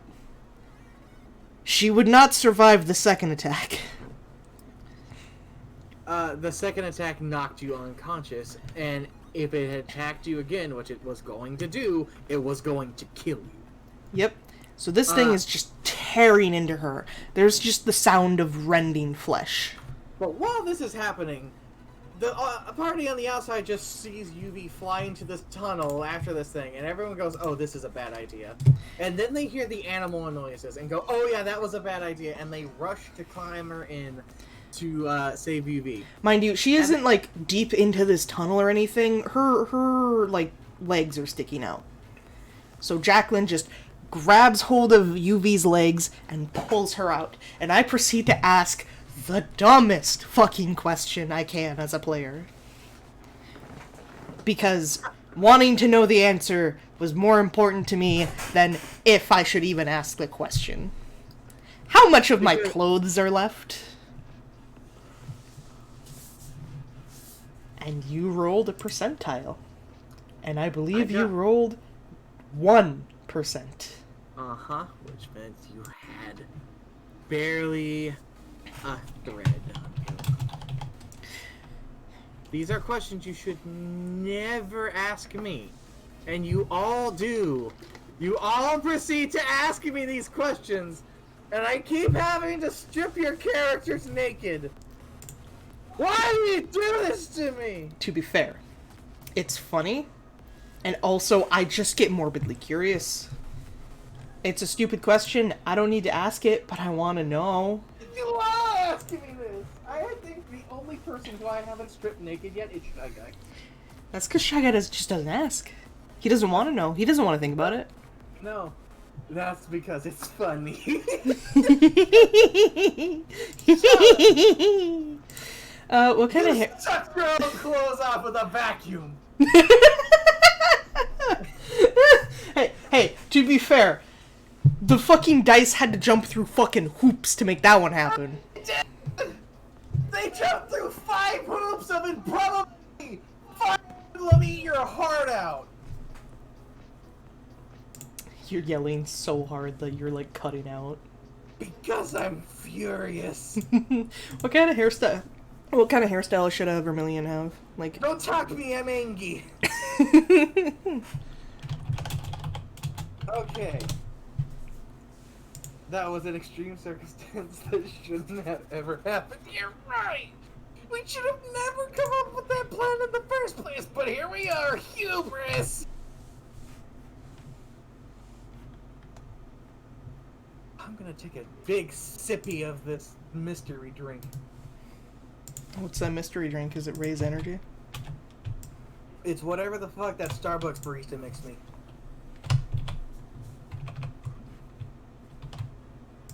Oh yeah, because you were going to order like a kiwi refresher, and the Starbucks barista was just like, "Ew, gross! Don't get that. I'll make you something." Yep. And I had a chortle at that. That was funny. Anywho, so they save UV, who's fucking naked. And she wears her superhero uniform under her civilian clothes. So that was all she had. She stuffs her civilian clothes into a backpack and hides that backpack somewhere. I was kind enough to keep the mask so that the secret identity wasn't revealed. Yeah, like it was definitely beat up, but I shouldn't have. it was still there. Shouldn't have. You really shouldn't have, because this was my own hubris. This was your own hubris, and by all means, this should have been the big reveal. But I decided to be nice. God had mercy on me in that moment. I really need to stop doing that. You fuckers deserve everything that comes to you. I think I'm a very, very nice DM. You definitely are. You are one of the nicest DMs, I think. Which is saying something because I do have a body count. You do. You've killed us multiple times. And the thing is we've been okay with it. It's not like it's been sudden. It's always like, hey, you have 10 checks to succeed this. You should be fine. Oh, you failed them all. Guess you're dead. And we're just like, yeah, guess we are. Well, what do we do now? Go from there. But anywho, UV is saved. The party sort of patches her up as best they can as UV heals themselves. They heal their clothes. Yeah, the party basically stabilizes UV and have to wait for her to regain consciousness, and then she can heal herself. Hold on. Before you continue, bring that hair closer to the skull. Like that? You currently have it like really poofed out. Mind you, I have a delay, so maybe even more. So like that back portion of it is really poofed out of the skull, and if you like look at the drawing of the hair you're trying to reference, that hair is tied back to the actual forehead. Yeah, it's a lazy bone. Like the hair won't be super tight. Anyway, so after that kick to the pride, that's the tattoo they got. I think I can actually like pull up what her tattoos look like, because I have them uploaded. While you're doing that, they proceeded to explore the complex more, where they found various locked doors and a lock opener device that I don't remember what it's called. It's a literal fun. It's a literal cool gadget that basically is a little gun that you can put on a lock, and it will basically pick the lock for you. So, this is the Unity tattoo that she has on her left shoulder. And then this is the Pride tattoo that she got after the rat incident. And that is on her left shoulder blade. So, her tattoos are starting in origin on her left shoulder. And they're basically going to just grow over her body with the more bad karma she gets, basically. They find more ruins and more disarray things. Some interesting documents that point into a possible change in director of whenever the hell this all started. Maybe it's Jacqueline's sister, maybe it's not. No one's sure. We're assuming it's Jacqueline's sister because it has to do with Infinitech. Like, that's what all the players are assuming. It's like, yeah, alright, this is a Jacqueline-focused thing. Well, whatever. It's expected. It really kind of was, but I decided to throw a curveball at this next part that I'm about to go into. You sure fucking did, and it scared the absolute piss out of me. Oh, it really did. As they find... It still scares the piss out of me, thinking about it. Strange things growing on thing. They basically enter an area where there seems to have been some kind of disaster, and there are these, not roots, blue vein-like structures made of some incredibly hard material that's unfamiliar to them. And even more disturbing, it seems to pulse as if it had a heartbeat. Don't like it. I do not like it. You shouldn't. On a side note, I could write a fucking horror adventure real easily. Oh, so easily. And it would be good.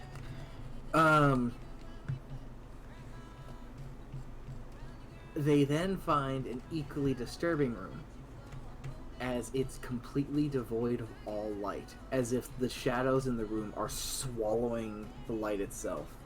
The only thing that can be made out as they step into it are the glows on Iron Jacqueline's suit. It's that dark. Even stranger, it's like the darkness is preventing them from moving forward. Every step they take brings them no step closer than they were before. But at the end of this room, and the only other source of light, is the scientist from the giant robot working on something feverishly. And then he turns, and he looks at everybody, and then he has a little conversation before bringing up and looking at UV. I have a message from your brother. Mind you, lore-wise, UV was an orphan and was in an orphanage with her twin brother. She got adopted, but her twin brother didn't. She hasn't seen him in over 5 years. And they parted on not great terms. And that message was, I'm coming to bring you home. UV proceeds to... Mox then asks me, after that message has been relayed, in her brother's voice, to make a will check. I fail that will check. I think you scream. Yep. Suddenly, just out of nowhere, because UV was the only one that experienced that and heard that and dealt with that. Suddenly, UV just screams in the darkness. Now I'm remembering things a little more clearly.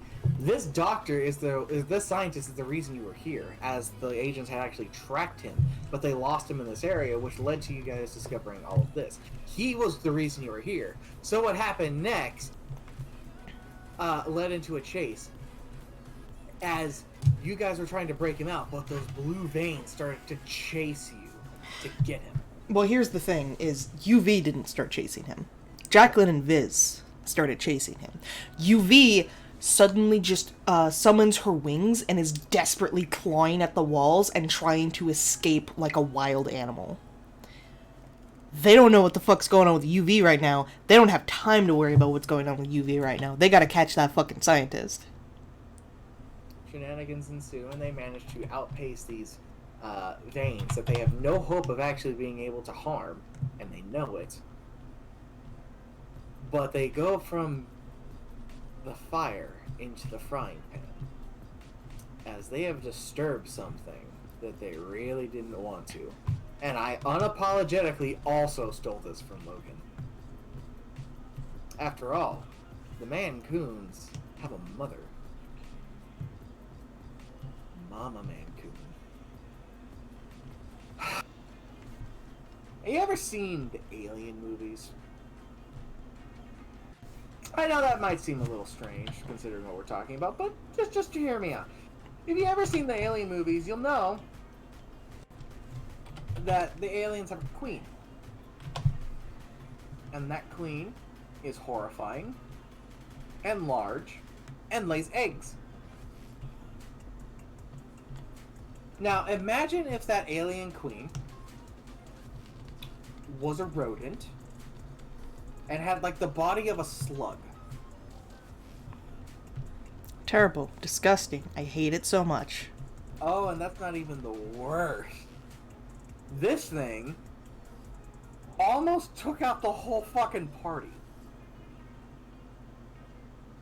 UV managed to pull her shit together long enough to help everyone fight this thing, and it proceeded to slam the ever-living shit out of everyone using its body weight. And every time they did significant damage to it, just this terrible fluid oozed out of it. Just smelled awful. Made me want to die. Yep. Because I'm a monster. Sure are. And you make them too. I really do. But I can't take the credit for this one. This is all Logan. They are all on their last limbs. Literally have so much damage to them that the next hit any of them take, they're going to go unconscious. In fact, I believe almost all of you went unconscious at least once and had to wake up using hero points. Yes, that is correct. And then you all proceeded to team attack the thing and finish it off. Fucking finally, thank God. Though you did blow it the fuck up. Yeah, it blew up. It was gross. I hated it. I hated every moment. And with that defeated and the scientists under custody, they delivered him to the authorities, and Yubi made a request to learn more about her brother from these government agents. Because And she figured, well, they know a little about her, and they have their ways. So, a bit of a shot in the dark, maybe they know about her brother. They do. He's dead. And she is in shock at that news, and then doesn't believe them. She thinks, no, he's definitely alive. Well, to put things to rest, they decide to take UV on a helicopter ride to her brother's grave, as he is apparently buried in a town called Quiet Lake. In Colorado. In Colorado. It's a very long trip. The rest of the group stays behind in Newberry. UV goes on an adventure to Quiet Lake. Which is Now, the on a setting. side note, Yeah, which is Quiet the Lake setting for your other campaign in M&M. My other campaign in M&M, which is Josona, which is if you take JoJo and Persona, which is already sort of like taking JoJo and JoJo. But if you take JoJo and Persona and wrap it up with even more Twin Peaks and just a little bit of Eldritch horror, you kind of get what Josona is. Fun campaign. Love that campaign. My character lives in my head rent-free from that campaign. Haha. Anywho, UV arrives at Quiet Lake and arrives at a decent-sized graveyard, where sure enough, there is a grave that has her brother's name on it. Agent M stays in the helicopter. Agent K leads UV to her brother's grave. And UV And doesn't yeah. You go ahead. UV doesn't really take it well, but there's something off. You see, UV has a new ability at this point. Whether they're aware of it or not. Oh, definitely Stu is not aware of it. Stu is definitely aware of it. Yeah, They I have bought it this. in extra sense. A new sense power. Where she can sense outsiders is the descriptor I've used. Outsiders applying to otherworldly beings. And she's getting this feeling that there's something about it in this grave. And I believe it was like in the grave itself. In Like- the grave itself. And it's not sitting well with her. And she tries to look at it further when she hears Agent K talk to her. She looks at Agent K, and Agent K isn't Agent K. It's her brother. Who tells UV, it's time to come home. UV's eyes go wide, and she shouts and summons her wings and kind of gets in a bit of a defensive stance as she's now hovering a few feet off the ground, going, "Stay away from me. You're not Kay." And one way or another, more shenanigans ensue, and Agent K and UV are both knocked unconscious, leaving Agent M to deal with this new problem of the superhero sort of creating a laser light show in the middle of the graveyard, and there are people coming to investigate it. But what happens there, we don't know yet. Yet we have not worked out that session. Because something is going to happen, as it's my tie-in to the other campaign. Ha ha! Tie-in! Hee-hoo. UV ends up getting delivered back home. Still not quite sure what's going on or how to understand it all. She is in absolute denial, though, of her brother being dead. She does not believe he's dead. And for a time, everything sort of resumes back to a peaceful life. Vis has taken up a job working at said demonic strip club of the person who's no longer in the campaign, because that still exists. That brothel still exists, but it's under new management now. Under new management. Haha! It's wildly dangerous, and it can totally kill you if you work there, but you can also get paid pretty well. Yeah, it pays the bills. Sure And do. hey, man, a shapeshifter in a succubus strip club, you'll fit right in. Sure will. It's probably the only reason they're not dead right now.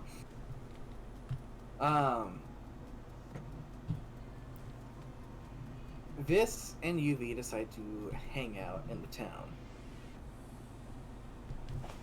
Yeah. When there's a rumble. A commotion in the distance. And a person that they haven't seen in a long time emerges. And they call out making demands, as the Tusk has returned, and he wants his tusks back. He is And that- pissed. Is where we have left off for a while.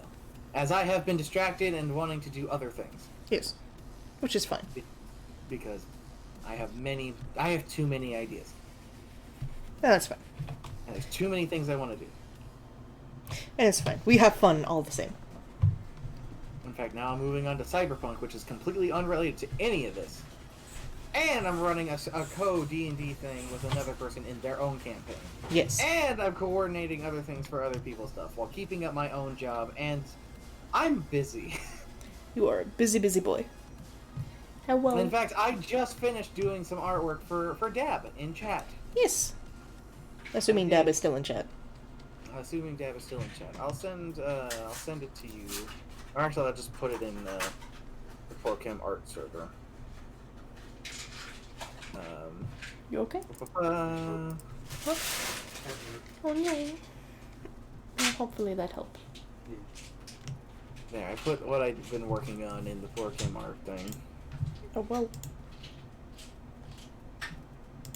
It's tiny, but it has to be tiny. It's a sprite. So yeah, got that. And I've got many other things that I'm also working on. And There it is. There he is. A boy. Behold a boy. yeah, he's tiny. Tiny. So small.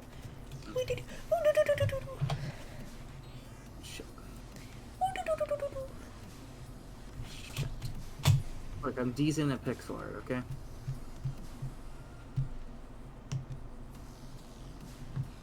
What are you doing? What are you doing? Oh no. Oh no. What are you doing? What are you doing?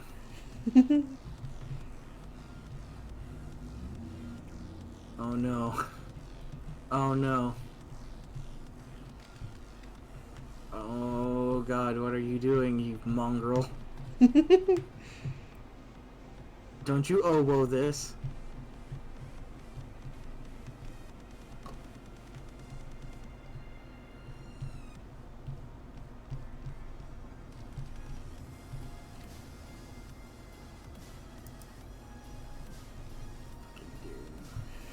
How dare you, Pog? Pog is illegal. You're not the Pog champ of the day. Not today.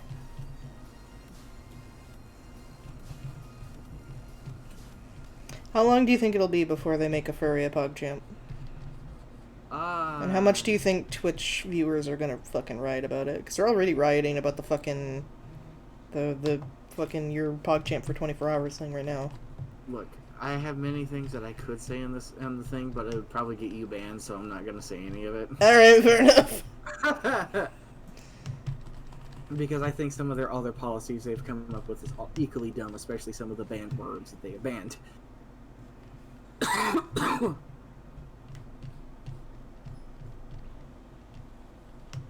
not pug. Stop. Stop! No! You put that thingy away!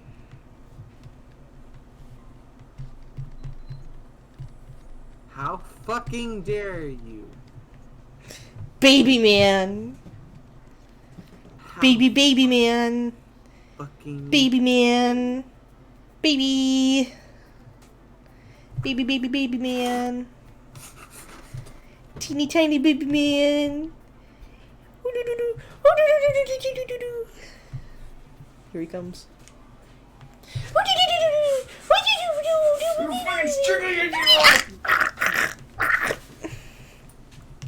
I'm sorry, everybody. Snoo has unfortunately met an untimely end. The streams are no longer going to be able to commence from here on out. I'll be taking over, and I'm turning this into a not safe for work channel. It's what Snoo would have wanted. Oh man, not safe for work. Yeah. It's going to be a bunch of people doing OSHA violations. They drew a pee on Vermilion's forehead. It's what they would have wanted. It's the only pee-pee they'll ever get. Oh yeah, I don't think we mentioned as well in the Mancoon rat den that when UV got that tattoo and she saw the light coming off of it, because it's like a little light that grows over her fucking Your fucking Chuck says, "Okay, Mux, I demand you drop feet." Listen, I'm not Skippy Pizzazz. But yeah, like there's a little light that like glows over her skin where the tattoo is appearing as it like basically just slowly grows in. And when she saw the pride tattoo, I'm just gonna take this.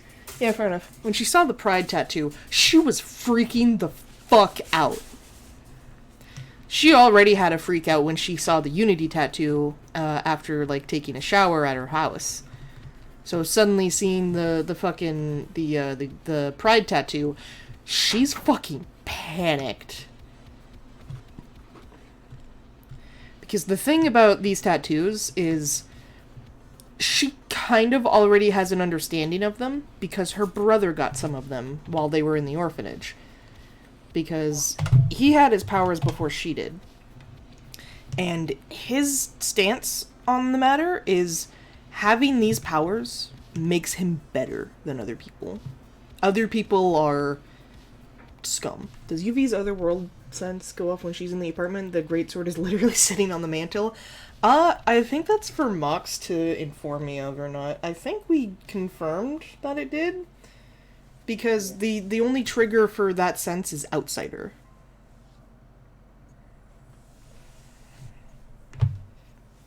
And I think he's getting ready to sit back down right now.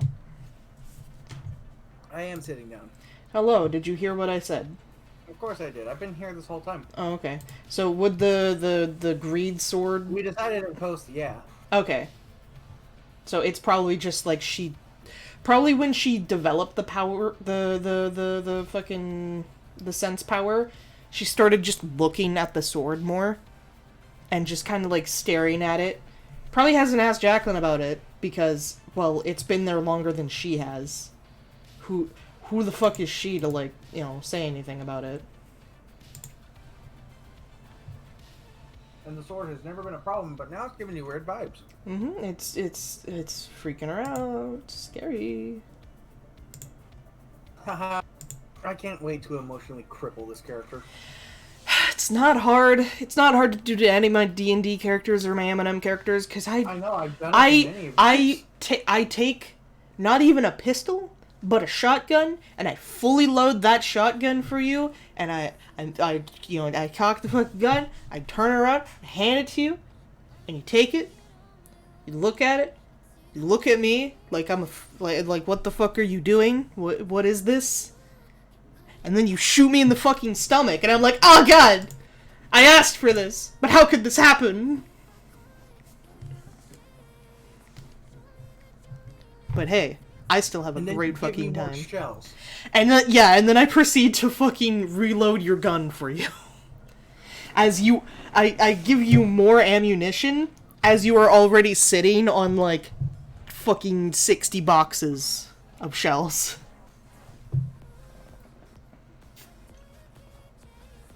I think CJ is one of your worst examples of this. Oh, absolutely. CJ has so many fucking complications, and we have touched like 2 of them.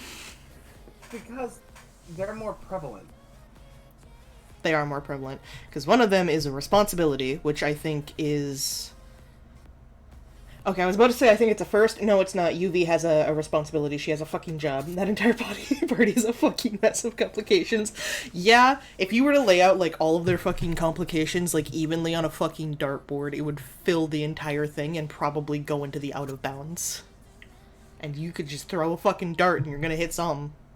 Funny enough, most of those complications all line on the same person. Yeah. And that's Justin. Yeah? Almost everybody, except for maybe Chelsea. And I think only Chelsea is the only one who doesn't have anything related to or is responsible from Justin. I don't think Torin has anything tied to Justin, per se. They do, actually. Oh, they do, because of, fucking... What's his name and Justin's sister. Seth, yeah. Because it's a similar situation, they can relate to each other for it. Uh-huh. Everybody's tied to Justin except Chelsea. Yep. And even then, they have their own connection. They do! They're both outcasts! Uh-huh. Somehow this boy ended up becoming the center of everything, even though I tried to take him away. You tried so hard to get him uninvolved in the campaign, and mainly I was not having it. I love Justin, I love him so fucking much, I was not letting you take him out of this campaign. Dragged him out of my hands and went, he stays, the dog stays. The NPC stays. He shot his fucking sister, and I'm just like, the punk NPC boy stays! Mm-hmm. And I'm gonna make you suffer for the that. Demon stays. Oh, fuck. You sons of bitches. I will not apologize. You deserve everything that's coming to you. Oh, I have never denied this. But I will not apologize. You make my life hard. Yeah, I bet I do.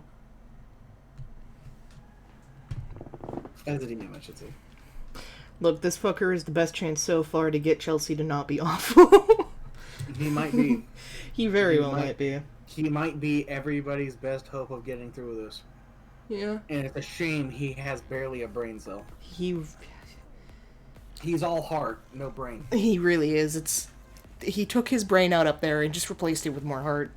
Hey, speaking of things that I want to talk about that's going to emotionally hurt Snoo, let's talk about Jolene. Isn't it funny how much Jolene reminds you of that Ava character? You know, Ava, the show you hate? Yeah, that one. And yeah. You've only done this to yourself? Okay. In my defense, you're the one that brought up the Ava comparison. I am. You're the one who made it. Okay. First of all, I made Jolene to be a fucking, an imitation of Jolene from JoJo. But I didn't really know Jolene when I was making her, so I kind of left her in your hands. And I decided I don't want to deal with Jolene from JoJo. I fear the day my character meets her. I also fear the day your character meets her. That's To explain she's a to hairstylist. yeah She's to a hairstylist. yeah to She to explain that wanna fear. give a quick drawing of what Chelsea's head looked like. Yeah. Let me just pull that up really quick. Hang on. Where the fuck is it? There it is. Do. Non-canon chat.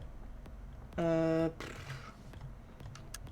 believe you had a reference picture in this somewhere. Big, floofy hair. There it is. Okay, so this is a reference from Chalk for what his character in the Josona campaign Chelsea looks like. Big fucking mop of hair. CJ's sister Jolene is a hairstylist. It's literally her job to take care of people's hair. And if you look like a fucking mess, she'll even do it for fucking free. She doesn't give a shit. She is a very devil-may-care kind of character. And she is eccentric, and she will get up in your face, and she does not care. She blackmailed her brother into getting her a chainsaw. Yeah, she sure fucking did. Now she owns a chainsaw. I don't know what I'm gonna do with that. She But doesn't even I know have what a she's gonna chainsaw do now. with that. But yeah, I don't have any reference for what Jolene looks like. I think we still needed to work that out. All I remember is that, like, she has wildly colored hair because she can. Because literally nothing was stopping her. Hold on, there's a Persona character. Persona. Was it also in the chat? Huh? Was it also in the chat? Was it the girl with the green dress? Or was that someone else? It might be the girl with the green dress, kind of like red hair. Yeah, red hair. Here. This girl. This bitch. Movie. This I have a motherfucker. delay. This motherfucker. A delay. Yep. Yep, that Yep, bitch. that's exactly Yeah, that one. yeah, there she is, Jolene. That's the reference I'm gonna go with. Also, fucking because I just saw it, and I still love it. I love all of Sky's little fucking doodles. Holy shit, that's fucking huge. This was a moment that happened where I believe that's the drawing of Jolene. That is a doodle of Shy Guy's character Nicole. That's CJ, and that's Torin. And this is when Jolene first starts meeting the other members of the party, because as far as Jolene knew, CJ didn't have any fucking friends because he's a loser. And then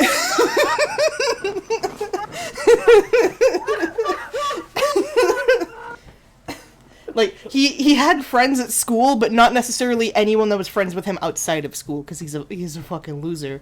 So upon seeing CJ interacting with what looks like kids about his age, acting friendly outside of school, Jolene gets excited and immediately walks up to Torin, I think, was the first one she met.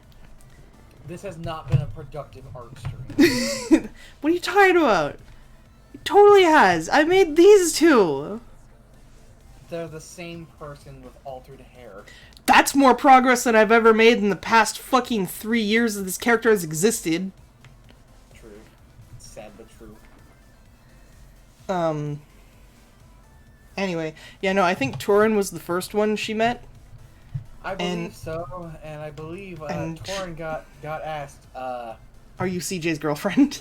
uh-huh. And Torin was just like, what the fuck? What the fuck did you just ask me? And then I believe Nicole got asked that same question. Nicole got asked that, and Torin was able to laugh it off because that's genuinely fucking funny. Nicole, however, did not take it as well. And she was more embarrassed and didn't want to talk to CJ for a little bit afterwards. Oh, man. That's okay. Nicole would later almost kill themselves with a sweater that the gang gave her. Oh, you dumbasses. Most of the things that happen to Nicole are CJ's fault. Oh, you dumbasses. He doesn't mean to. He's just so stupid. Would you like to explain the first thing they ever tried to do in being a hero? I don't want it. I want to, because I thought it was fucking hilarious. I don't want it because it makes me feel bad. It's, hey, I knew what was happening. Chelsea just doesn't care. That's a problem.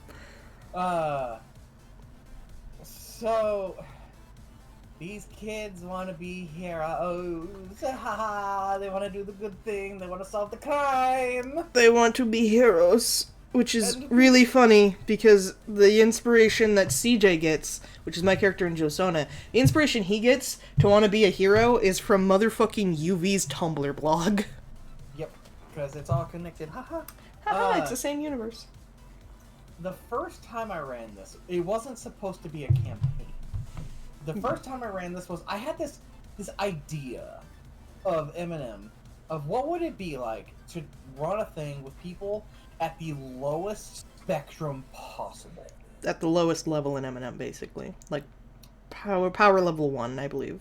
Power level 1. Which gives you... Just barely above a normal person. Which I believe gives you 15 points to spend on your character. Where you guys normally had about 150 or 100 or so. Yeah, mind you, the standard for a lower level hero is power level 8. With like 100-something points. The standard hero is a power level 10 with 150 points. So power level 1 with 15 points. Literally children being thrown to the wolves. And here they are gonna go and fight as a person. They go to a restaurant, explore the restaurant, find a secret compartment, go through the secret ways to find the bad man, who is standing at an operating table with what appears to be a body, doing bad things. And CJ goes, this seems like a problem that I could solve with stealth. Mind you, this is the preliminary campaign. This is when it was just me and Chuck. So I believe. They are a floor above them, and they're on what appears to be a bit of a railing, they decide that they're going to sneakily hop over the railing and then try to land behind them quietly and sneak up behind them and bonk them with a baseball bat. Yep. Because he's a baseball boy. True heroism. Yes. Proceeds to immediately fuck up the first roll. Yep. So when he jumps over the railing to land on the lower floor, he proceeds to fucking beam his goddamn head on a pipe and basically fucking backflip and flop on his back onto the ground, knocking the wind out of himself. Alerting the bad person to his presence. Almost dying. In that moment, because it was like a 10-foot drop. Mm-hmm. And not only that, but there's a serial killer right there. And granted, in this moment, they are stunned. Mm-hmm. Because, what the fuck? What the fuck are you doing? So that happened. And then none of that happened. None of that was real. None of it mattered, but it's still one of the fucking funniest goddamn moments. Oh, what happens afterwards when the campaign starts is also a hoot. It's a real hoot. They wake up at the serial killer's den at the start of the new campaign, which ends up becoming a real campaign.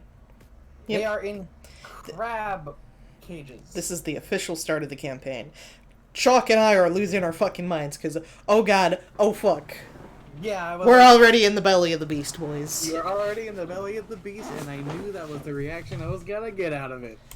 Because you wanted a way that, like, it wouldn't be too much for the two newer players for this, which would be Shy Guy and Sky, but you didn't want it to just be the same thing for me and Chuck.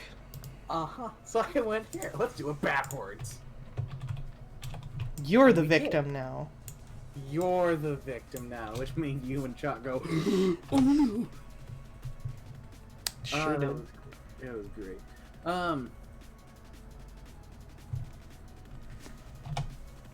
I'm not going to go into details on this since today's focus has been on UV, but we're just kind of swapping stories. Oh, it doesn't matter what we talk about. Like, we don't need to. We don't need to talk about UV just because I'm drawing UV. I'm just drawing UV because I wanna. I'm gonna get to the good bits. So, they break out. CJ gets a fucking victim complex. Yep. It's fucking. Oh, what is it called? You totally didn't. A guilt bash complex. The brains of Justin's sister in with a baseball bat or anything. Yeah, no, he develops a guilt complex. Because, mind you, in CJ's defense, Justin's sister was already beyond dead. Yeah, they were a cyber zombie. They were a cyber zombie, and they were attacking the party. CJ didn't know who he kind of knew who Justin was, because Justin has a reputation. He had no idea who Justin's sister was. I said this earlier that I've drawn things from Resident Evil. I really drew things from Resident Evil for this campaign, and Silent Hill. Yeah. Silent Hill, Twin Peaks, and Resident Evil for this one. JoJo, Persona. It's in the name. That's a given. It's a fucking mess of things. Anywho, so guilt complex now firmly rooted. They're trying to get out of here when something in this restaurant that they were in before is attacking them from the shadows, and they can't get a good look on it. And then Torin asks the wonderful question of how damaged are my clothing? Because they were the one that got attacked. Mind you, this is the start of that question. Because these sessions are the sessions of these campaigns were kind of like going back and forth. It really depended on what you felt like running at the time. Someone loses their time. Yep. And that's really funny for Sky's character, Torin, because her backstory is that she was basically a child, like the toddlers and tiaras kind of kid. I think I walked down runways with their mom sitting there being like, they're gonna be a star. You're gonna be a star. I could never be a model, so I'm gonna force my child to be one. Mm-hmm. They will live out my dream. It's fucking ridiculous. And it's just as terrible as it sounds. Mm-hmm. Torin's mom is awful. Boy, did I have to come up with some toxic shit to make her. Though, to be fair, from what it seems like, only Justin is the one that does not have mommy issues. He does, but in different ways. He has mommy issues, but he and his mom still love each other. Oh, absolutely. She's just the bane of his existence. Yeah, embarrasses him like a mom does. Oh boy, douchey. And she revels in it. Oh boy, douchey. Anywho, so something is attacking them from the dark, and everyone starts to try and deal with this. They have a cop friend of theirs who is, I believe, in Chelsea's pocket, aka Cop's character pocket. Yeah, he's Chelsea's contact. And he ends up getting disarmed throughout this. And that same player who ran the magic person in the previous thing, who shall not be named, the elf boy. He decides to pick up the gun. Yeah, this is the character Seth, who Sky's character Torin is very heavily tied to. They're basically like long-term childhood friends. Mm-hmm, and they were kind of totally in a relationship. Yeah, totally in a relationship, because at the time those two players were a couple. Mm-hmm. Now, mind you, when the character picked up the gun, I had my own concerns, but I went through my head and went, there's nothing wrong with him picking up the gun. If anything, it's not like he stole it, and if anything, them picking up a very lethal weapon against unknown assailants and monsters makes sense. Mm-hmm. Granted, they don't know how to fucking use it. That's a different story. As an asshole, I came up with an idea to really fuck with this party in the event they decided to try and avoid this encounter. What was that idea? As in, like, if we tried to run away, Uh-huh. which we tried to do, Which you because we're power level 1 and we are weak babies. Uh-huh. So like an asshole. I set a trap on both doors that would only trigger if one of the doors was open without you guys fighting. Mm-hmm. Which, Nicole, who, at this point the party already knows, is handicapped. She is missing her legs, I believe from the knee down. Yep. She's missing her legs. And, she is not a fighter by any means at all. It's coward, not a fighter, many complexes. It's okay. That's just how the character is. They get cool ice powers later. Yeah. Anywho, Fucking sick, bro. that person decides to open the door and be like, yeah, I'm not fighting this, I'm out. Yeah, fucking bye. To which The trigger A is fucking pulled. demon grabs them from the doorway.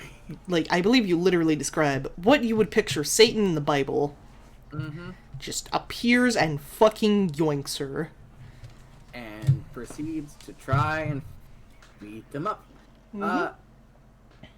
And now this is where CJ, the hero, the savior of the day, comes into play. CJ, who is a bit of a white knight, even though it's not just for, like, girls, it's just for people in general, because he's a big fucking dumb idiot, and he just really wants to be a hero and be able to save people, and that's a person who's definitely in danger, because they're handicapped, and they're getting fucking yoinked by some sort of monster demon thing.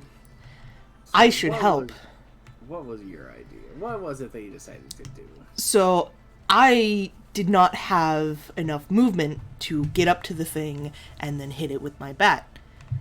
But I did have my baseball bat and some baseballs, because CJ is a baseball captain for the high school's baseball team. So I toss up a ball, I hit the ball as a ranged attack to hit the demon, and proceeded to fucking fumble. And I proceeded to fucking hit Nicole, and did a good amount of damage to her, because I believe she failed her toughness check, and she starts crying. And CJ feels like the biggest piece of shit, because in that moment, he kinda is. So the team is split now and dealing with this demon and some unseen shadow. Shenanigans happen, and this legless girl is starting to be flown into the sky. Mm-hmm. And then gets thrown. Yep, because mind you, like, they got outside. CJ went outside after them. Tried to hit another baseball at the demon because they flew up. He literally cannot get close enough to hit them with his bat. Proceeds to hit Nicole again. The hero, ladies and gentlemen. The hero. The hero that no one deserves. And then The demon throws Nicole at him, because this is more trouble than it's worth at this moment. what was your idea? Well, I can probably try to tank a hit to make sure that they don't have to get hurt, and basically use CJ as a landing. So I rolled a catcher, and boy I do, roll toughness to see how well I handle the damage, and I fumble. CJ gets knocked the fuck out after catching Nicole. Mind you, he did succeed in his goal of making sure she didn't take damage, because she didn't. But he's knocked the fuck out. And misses out on the introductory of echoes, which is what we call the personas or stands, or whatever you want to refer to them as. They are called echoes. Everyone else gets an awakening to them, except CJ, because he's unconscious. He literally cannot. And I am sitting there laughing my fucking ass off about this idea. and make jokes for weeks until the next session of, what if CJ just gets knocked out again before he can he gets an awakening to his echo? Thankfully, that's not how it happens. That's not how it happens, but it would have been real fucking funny. There would have been something, is all I'm gonna say. I mean, is it something that would still be relevant to the campaign? It would have been frustrating. Listen, at this point in my defense, it would not have been my fault. It would have been purely on the dice. But it still would have been fucking funny. Mind you, I didn't want to be without a fucking echo. It's the entire point of the fucking campaign, and I had in my opinion, a real cool echo design. And where all your guys' fucking points were going. Yeah.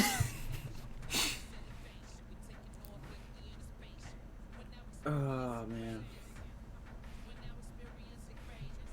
CJ also has a reoccurring gag that I actually think is funny. It is funny. It's really funny. And that's him and Torin. Because mind you, before I fucking yoinked Justin and refused to let Mox take him away, CJ was the only guy, after Seth was fucking disappeared from the universe. Thanos snapped away, basically.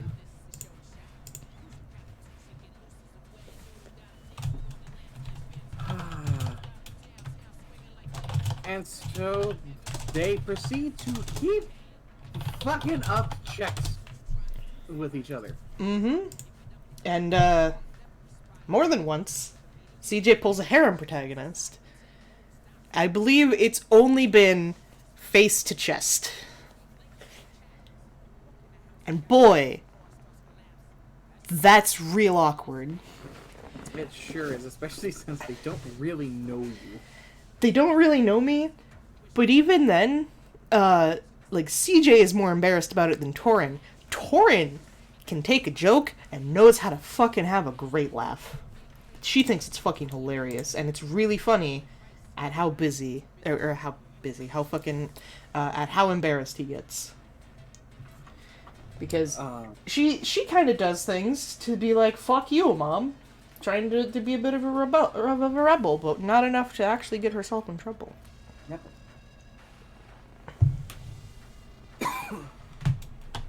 Oh man, let me think. What other fun things can I talk about this campaign? There's a lot to talk about. That time I made you all paranoid of water. Yeah.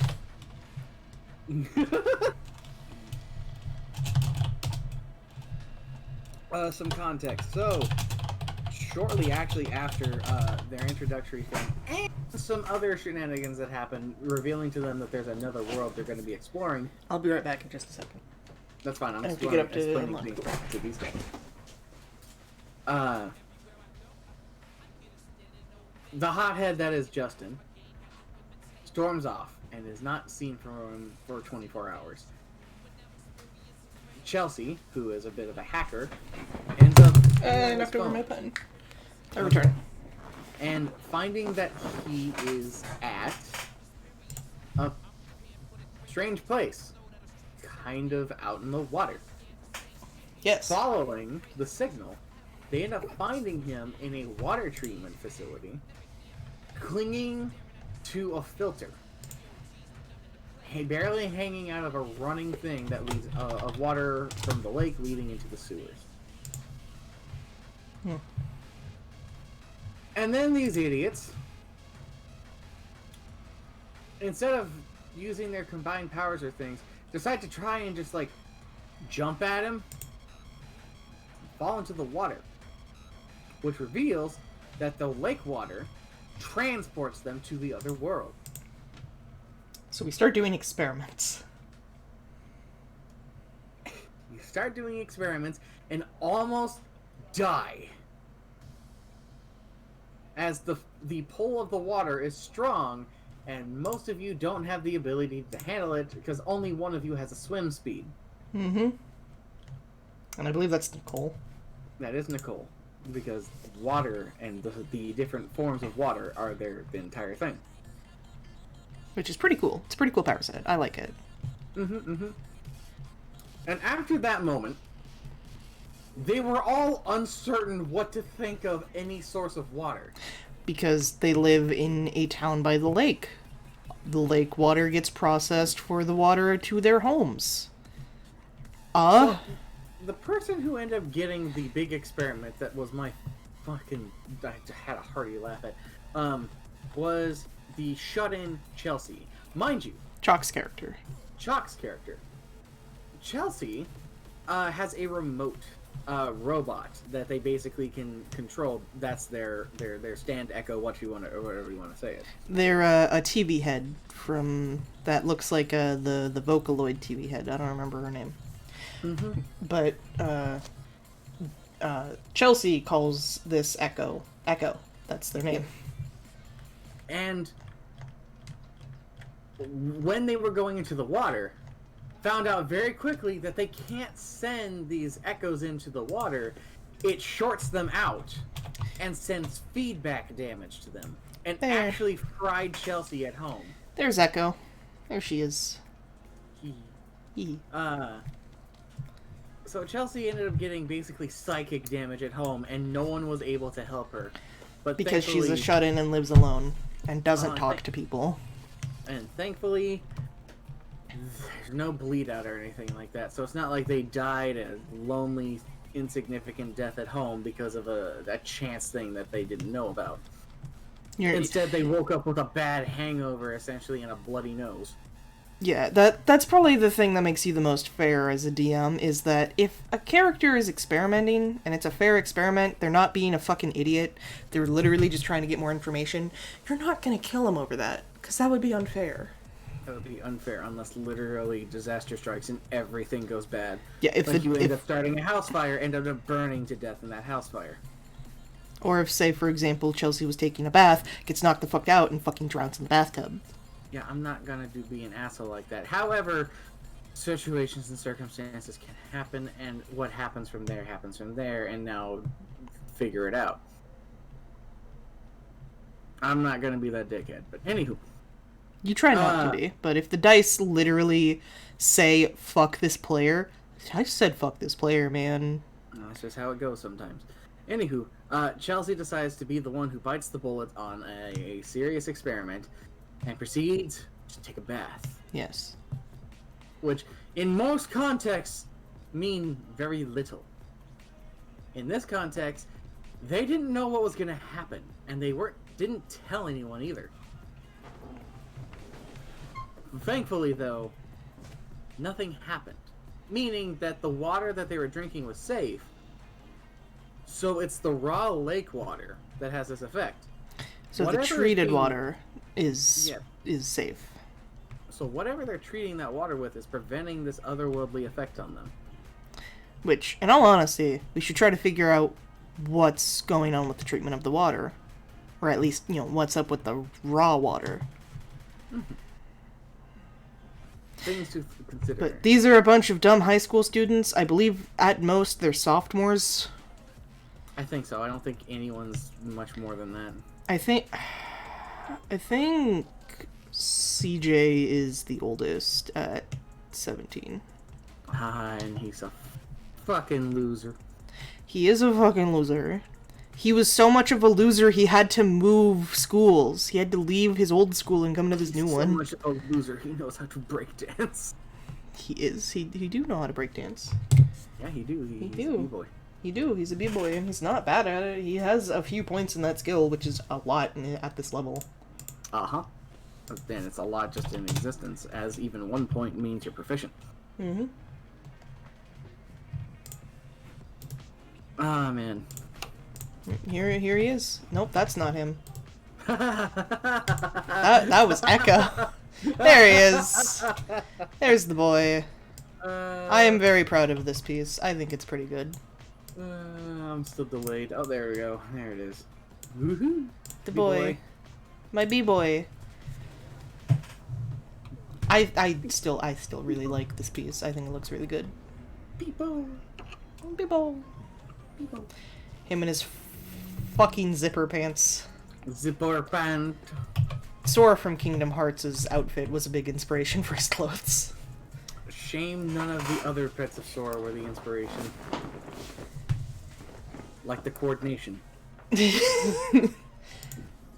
Or the ability to actually hit a target that's the enemy. Yep.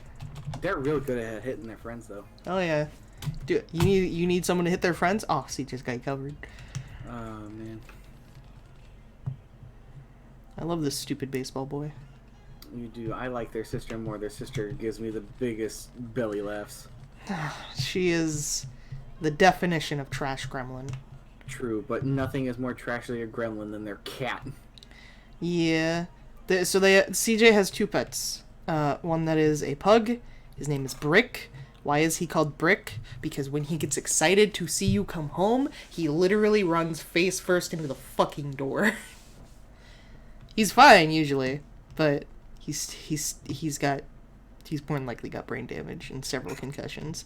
And then there's Donut, who is a very overweight Sphinx cat. He is a chonky boy, and he has the biggest fucking attitude. And he does not like boys. CJ is the only exception, and I'm pretty sure it's just because CJ is Jolene's brother. And also, CJ is probably the one that feeds Donut, because he's the one that remembers to feed Donut. Mm-hmm. But how does Donut get so fat? CJ's a responsible boy. He knows he shouldn't feed the cat too much. Well, CJ goes to school, and Jolene stays home all day a lot. And Donut is just so cute, and he meows when he's hungry, and she would want to get fed if she was hungry. So she feeds him a lot of treats. Like donuts. Like donuts, and cheese, and ham, and her leftover pizza.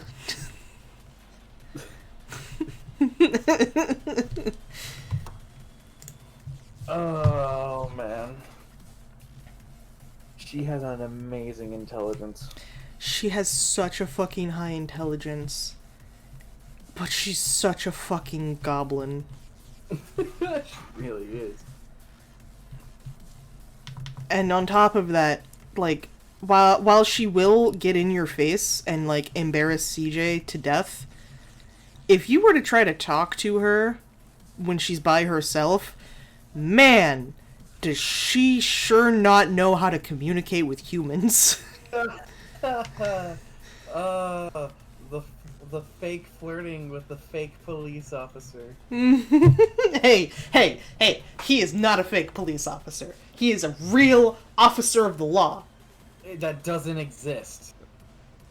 None of them exist. They're all fake. It's not real. No, you take it back. Anywho, it's a matter of the fact that it wasn't canon. Yeah, it's not canon. It's outside canon. Therefore Like, it never happened. Motherfucking Babyface doesn't fucking exist in any campaign currently. Because he's a baby. Because he's a baby. Haha. Unless for some reason out of fucking nowhere the train campaign makes a comeback. Haha, that's probably dead in the water. Yeah, pipe dream. That's probably a pipe dream. Sad. I thought it would have been an interesting campaign. It probably would have been an interesting campaign. But I have a bunch of interesting campaigns to run. I still have to finish Yakuza.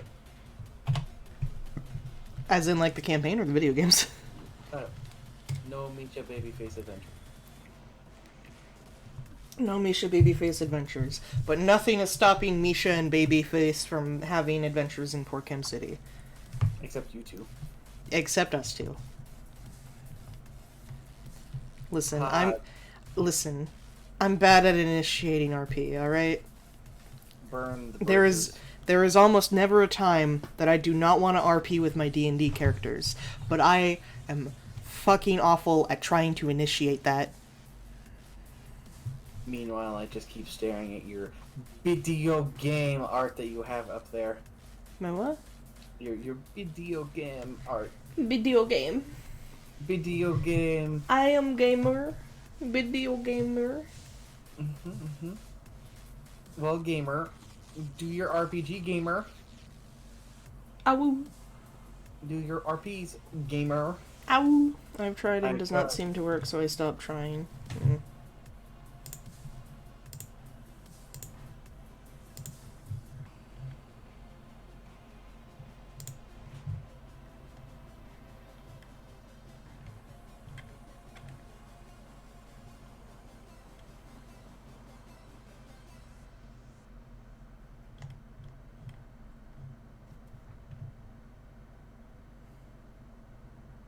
Gamer. I just went into the Porchem City channel in our private server and scrolled up, and then just relevant to Joe Sona. Fucking, yes, CJ is too serious about baseball. And he really is. I don't think we mentioned that.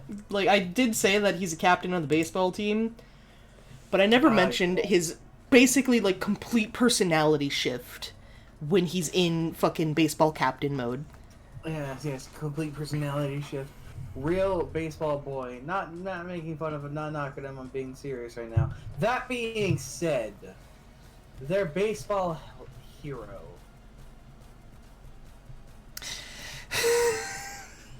It took me a second to realize what you were saying. Yeah, no, fucking, the reason CJ is a baseball boy is because he has a favorite baseball player. He is his idol. He got, actually, his metal bat from this baseball player, and they told him that, like, anyone can play baseball. You can play baseball. I believe in you, kiddo. And the name of that baseball player is Richard Cheese. Just gonna let that one sit out there for a little bit. Just let it linger. Like cheese in his name. Mm-hmm. And of course, this baseball player who I wouldn't say he's necessarily like, you know, superstar. I would say he's probably a good baseball player. He definitely has fans. But the internet, existing as it is, as the entity that it is, his name is Meme to Hell and Back. And he's just called good old Dick Cheese. And in an attempt to try and, like, you know, swayed the media and populace to not calling him motherfucking Dick Cheese. They sold, like, some merchandise of this baseball player where they were calling him Richie Cheese or Rich Cheese. And that's the engraving on CJ's metal baseball bat is Richie Cheese.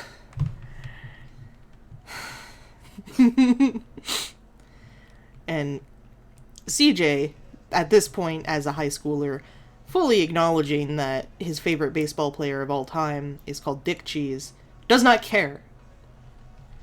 Because it's not about the names. It's not about Dick. It's not about Dick. It's about the cheese. It's about baseball. It's about the cheese. It's about the balls. It's about the cheese. Cheese balls. Cheese balls.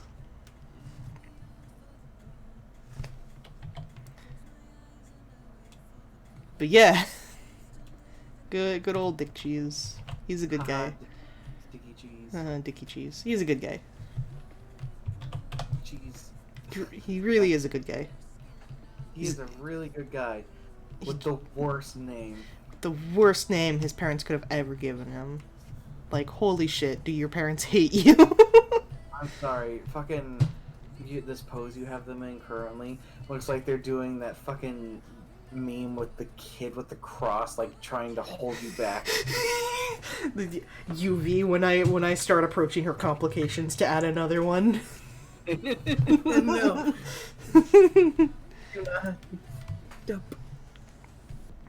Honestly, that's just all of my D&D characters, with me approaching them to add more fucking tragedy to them.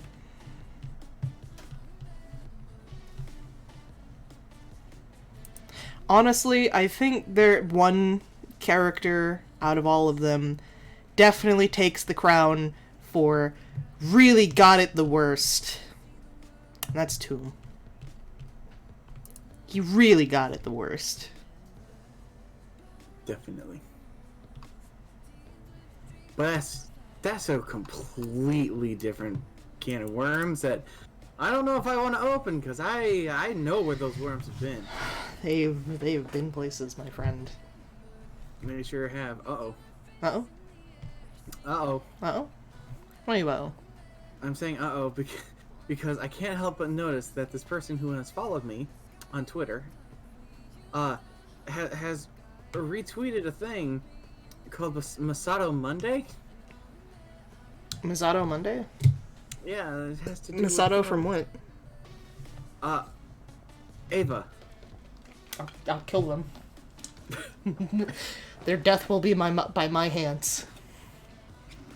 And I'm just laughing because Jolene. It is Jolene. Relevance.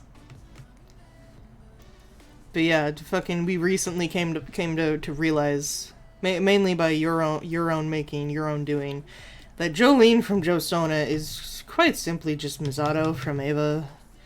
Cause man, Jolene's real fucking smart, but boy, does she not know how to really handle responsibility, especially responsibility of taking care of a teenage boy. Nope. Yep. Cause CJ and Jolene are blood-related brother and sister, and their parents aren't dead. But there's a reason that CJ does not live with them. And I will leave it at that.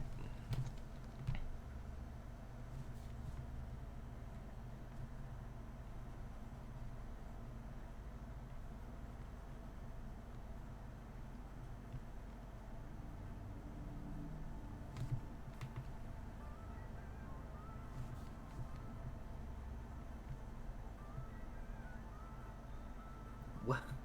What?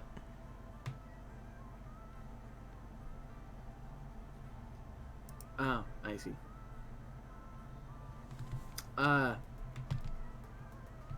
Boy, the internet is a wild place. Sure is. Mm-hmm. And some of the people I followed, because you interact with them, have led me to some interesting rabbit holes. Lol. And all I'm gonna say is, Doxel. I fucking love Doxel. He's a real cool guy. What did he post now?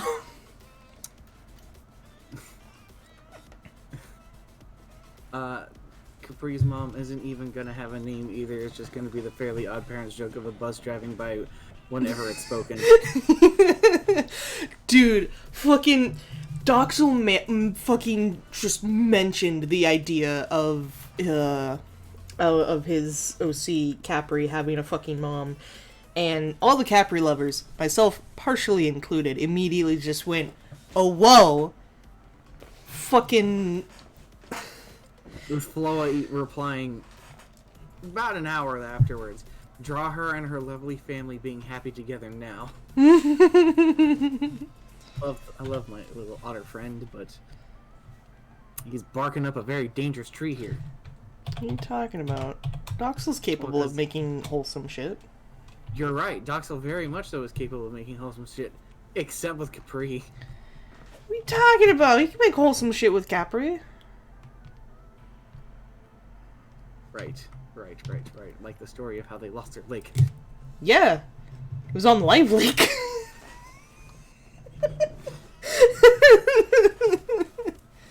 That's all I needed to hear. I mean, hey, here's the thing though. Like, here's the thing I really respect about Doxel is Capri is their main OC. They are not necessarily a persona, but definitely like their avatar in their face. No toleration for looting that character. They will not tolerate it. Like, fan art is fine. But if you make naughty drawings, you're gonna meet God. And I can wholeheartedly agree with that sentiment. Like, if someone were to draw Snoowolf and it's just fan art, that's fine. I would be fucking ecstatic. I would be over the goddamn moon over that. But if it happened to be lewd or suggestive or outright porn, I am just going to block you. Because that's not okay. Don't tempt me. Lol. I will beyond block you. I will actually just slaughter you. You will be banned to the couch forever. Sounds like I'm in for a good. I will actually kick your ass. Another bullet right into the chamber. I will fucking destroy you. I'll destroy your bloodline. I'll destroy your fucking bloodline. You careful, if fucking you just- bitch. If you destroy me, man meat will consume me and he'll become stronger. That's fine. He's not gonna make porn of my persona, and if he does, I'll fucking destroy him too. Just you wait until he's consuming you And I'll kink shame him for vor. while you're being devoured. Yeah, I'll kink shame him. I'll be like, ew, gross, you fucking furry.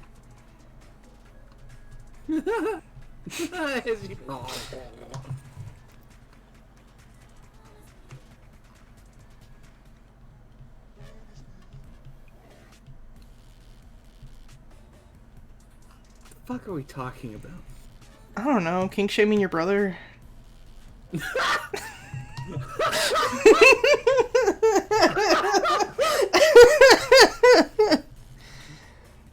Oh, it's so funny to say stuff like that. What? It's so funny to say stuff like that. No joke. My brother is a very good dude with a very bright future. He's a good Christian boy. He is a... No, he's not a good Christian boy, but he is a chemical engineer who's actively working to try and pull some of the greenhouse gases out of our atmosphere to save the fucking world. Yeah. He's absolutely a really- fucking hero. He's absolutely a fucking hero, and it's amazing, and I'm like so proud of the boy, and he's being hired by the government to do this. If anyone Ever looted Tom, I Tom? wouldn't be there. I just want to know, why the Like, fuck? Like, actually, why the fuck? I would also want to know why the fuck. Yeah, that's a good point. If you lewd my character, I will fucking interrogate you, and then I will come and then I will, once I get my answers, or even no answers, doesn't matter. Well, as soon as I come to a conclusion of why, I will proceed to slaughter you.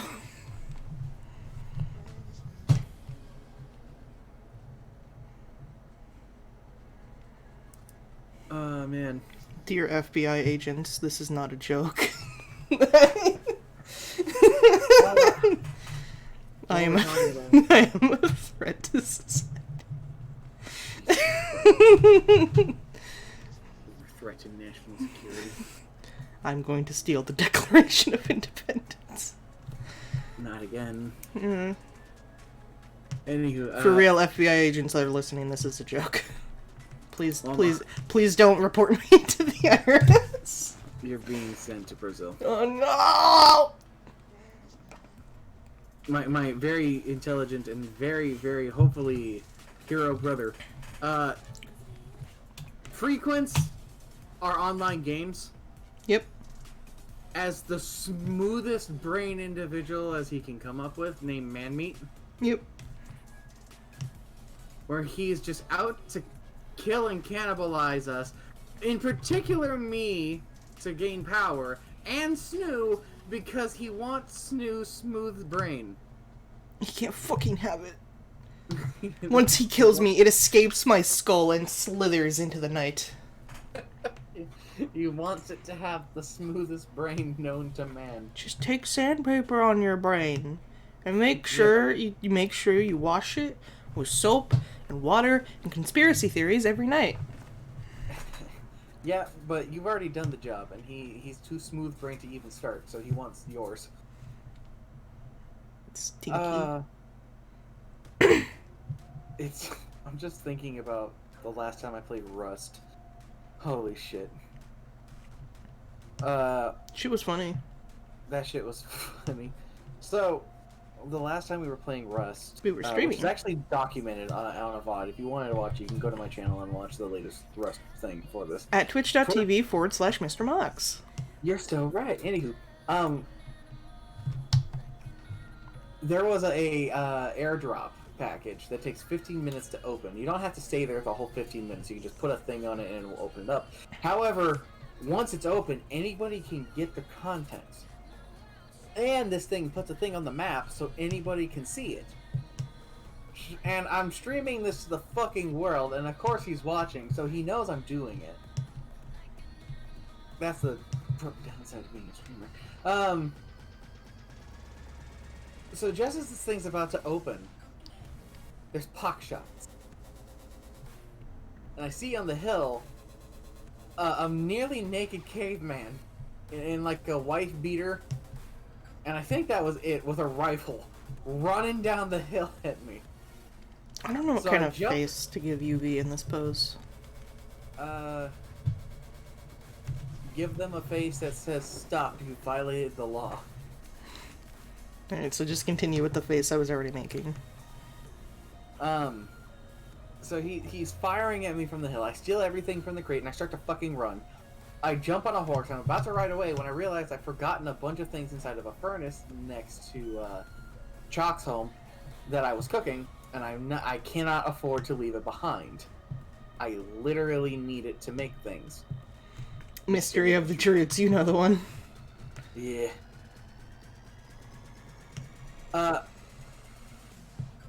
And there are more gunshots going off, so I hi-ho silver away back home.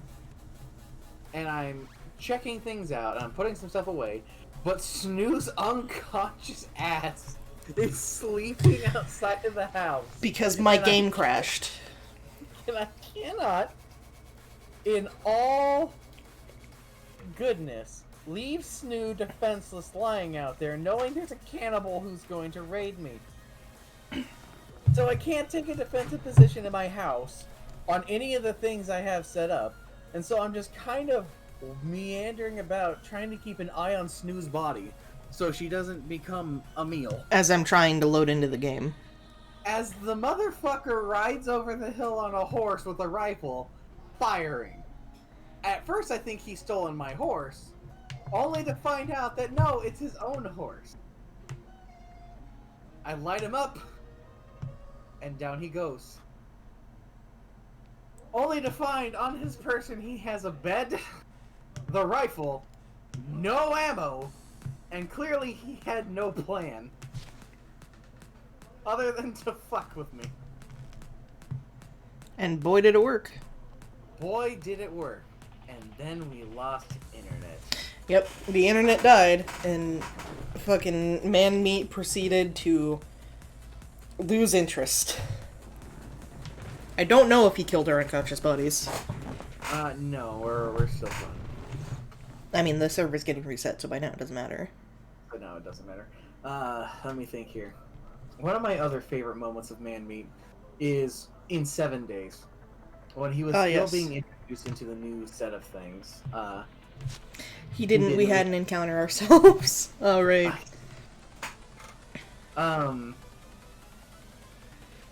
In 7 Days, I was shoving in some things, so we actually partied up for a little bit. When out of nowhere, from a fucking mountain, a helicopter just springs out of it. I'm staring at it, he's staring at it, we don't know what to make of it. But, because I have a vehicle and he doesn't, I'm trying to get him to fly in the helicopter What so kind that of I mouth can shape take him- should I make? Hmm? What kind of mouth shape should I make? I like the mouth shape you're kind of going for right now. This one? Yeah, it's looking pretty good. Okay. Make like the kind of mouth Saber Spark would make if he was a defender of justice. Shh.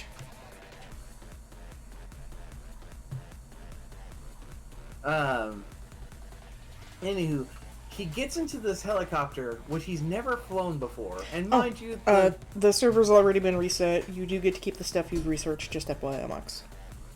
nice, that's great. That's good to hear.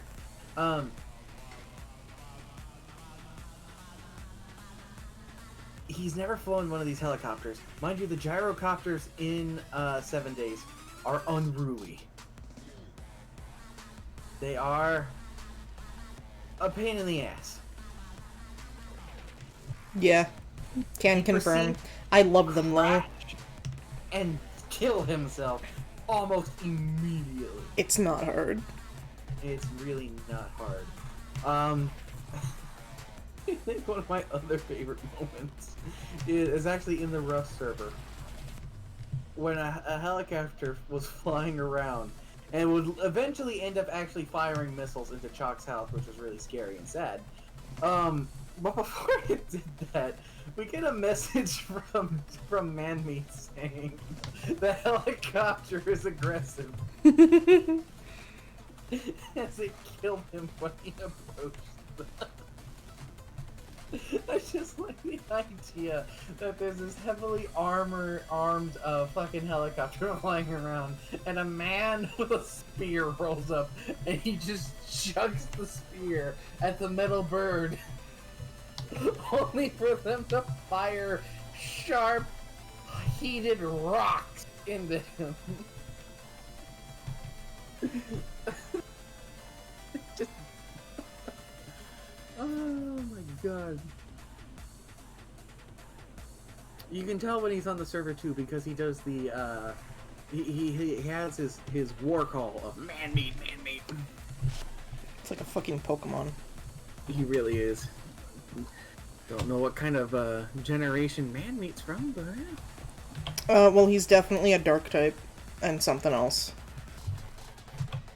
he's a dark type, but he's also a light type, and he's also a fairy. Fuck you. Shut up. Because he eats dragons. Oh no. More Ava art. More Ava art. Stop it. I'm going to put you under fucking citizen's arrest. I'm sending you this one. No! I think you're gonna love it. I think you're gonna love this art.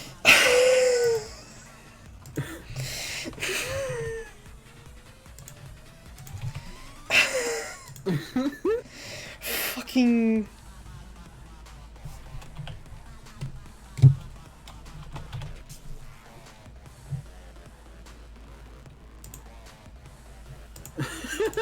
Jerry into the world, huh?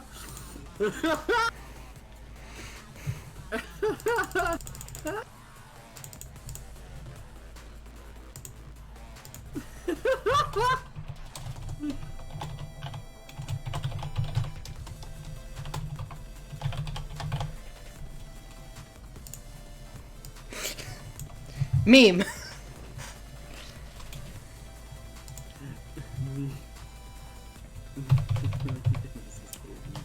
Are you sure it's not the other way around?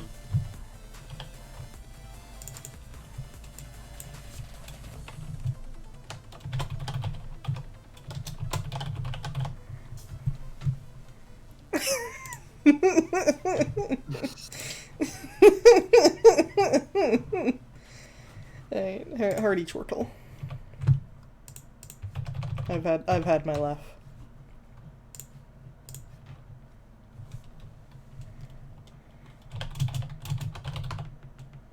You've had your funny ha-has? Yes. Also, we have a guest. We have a guest. Yes, they are outside.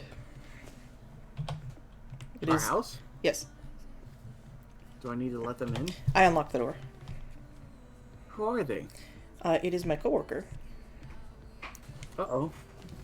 I offered for him to come by so he can take a shower. Oh, okay. Hello. Be careful, if he takes a shower with the bath salts, he might consume faces. Oh no. I grabbed Mountain Dew and Red Bull as a compensation. Oh, it's okay. You don't gotta do that. It's the new kind of Red Bull. Oh, the new kind of Mountain Dew? Yeah, I mean, yeah. That's what I meant. Yeah, we No. actually have a 12-pack of this. Oh, I see, we are 2 steps ahead again. That's okay. The bathroom is just down the hallway. It's the first door on the right. First step. Be careful the skeletons. Be careful of the skeletons. You think I'm joking? They'll get you. Mm. Right in the bones.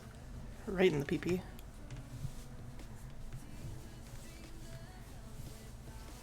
Alright. Now I need to figure out how the fuck her hair looks from the front. I do it right. Yeah, I'm still in the stream. I might dip out. You might dip out?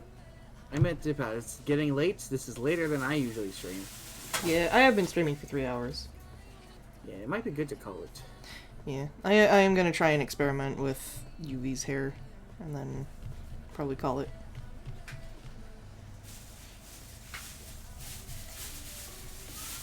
I'm gonna send you a tweet. You gonna send me a tweet? I'm gonna send you a tweet. Twib from twitter.com. Yeah, it's from Devil Bombers. And that they retweeted it, so that's how I found out about it. Oh god, what the fuck is she posting now? Is It's it not gay? that she It's gonna be gay, isn't it? Listen, knowing Devil Bombers, the only thing she retweets is either Dorohedoro or some gay shit. Cause she's on that gay shit. Oh lord, what is this? It is. It was some gay shit. I fucking called it.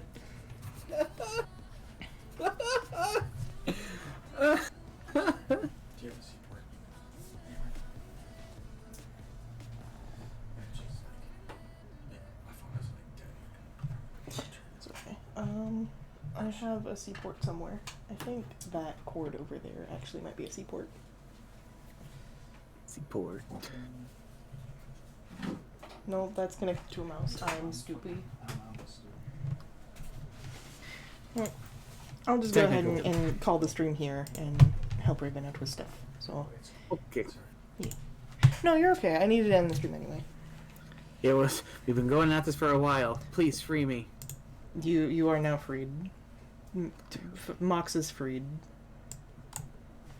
Alright, well, thank you everybody who came by to watch the stream. Thank you for chatting with me, watching. Thank you, Mox, for coming by and hanging out and talking with me the whole stream. I hope you all take care of yourselves. Be kind to people, wash your hands, and drink water. And goodbye.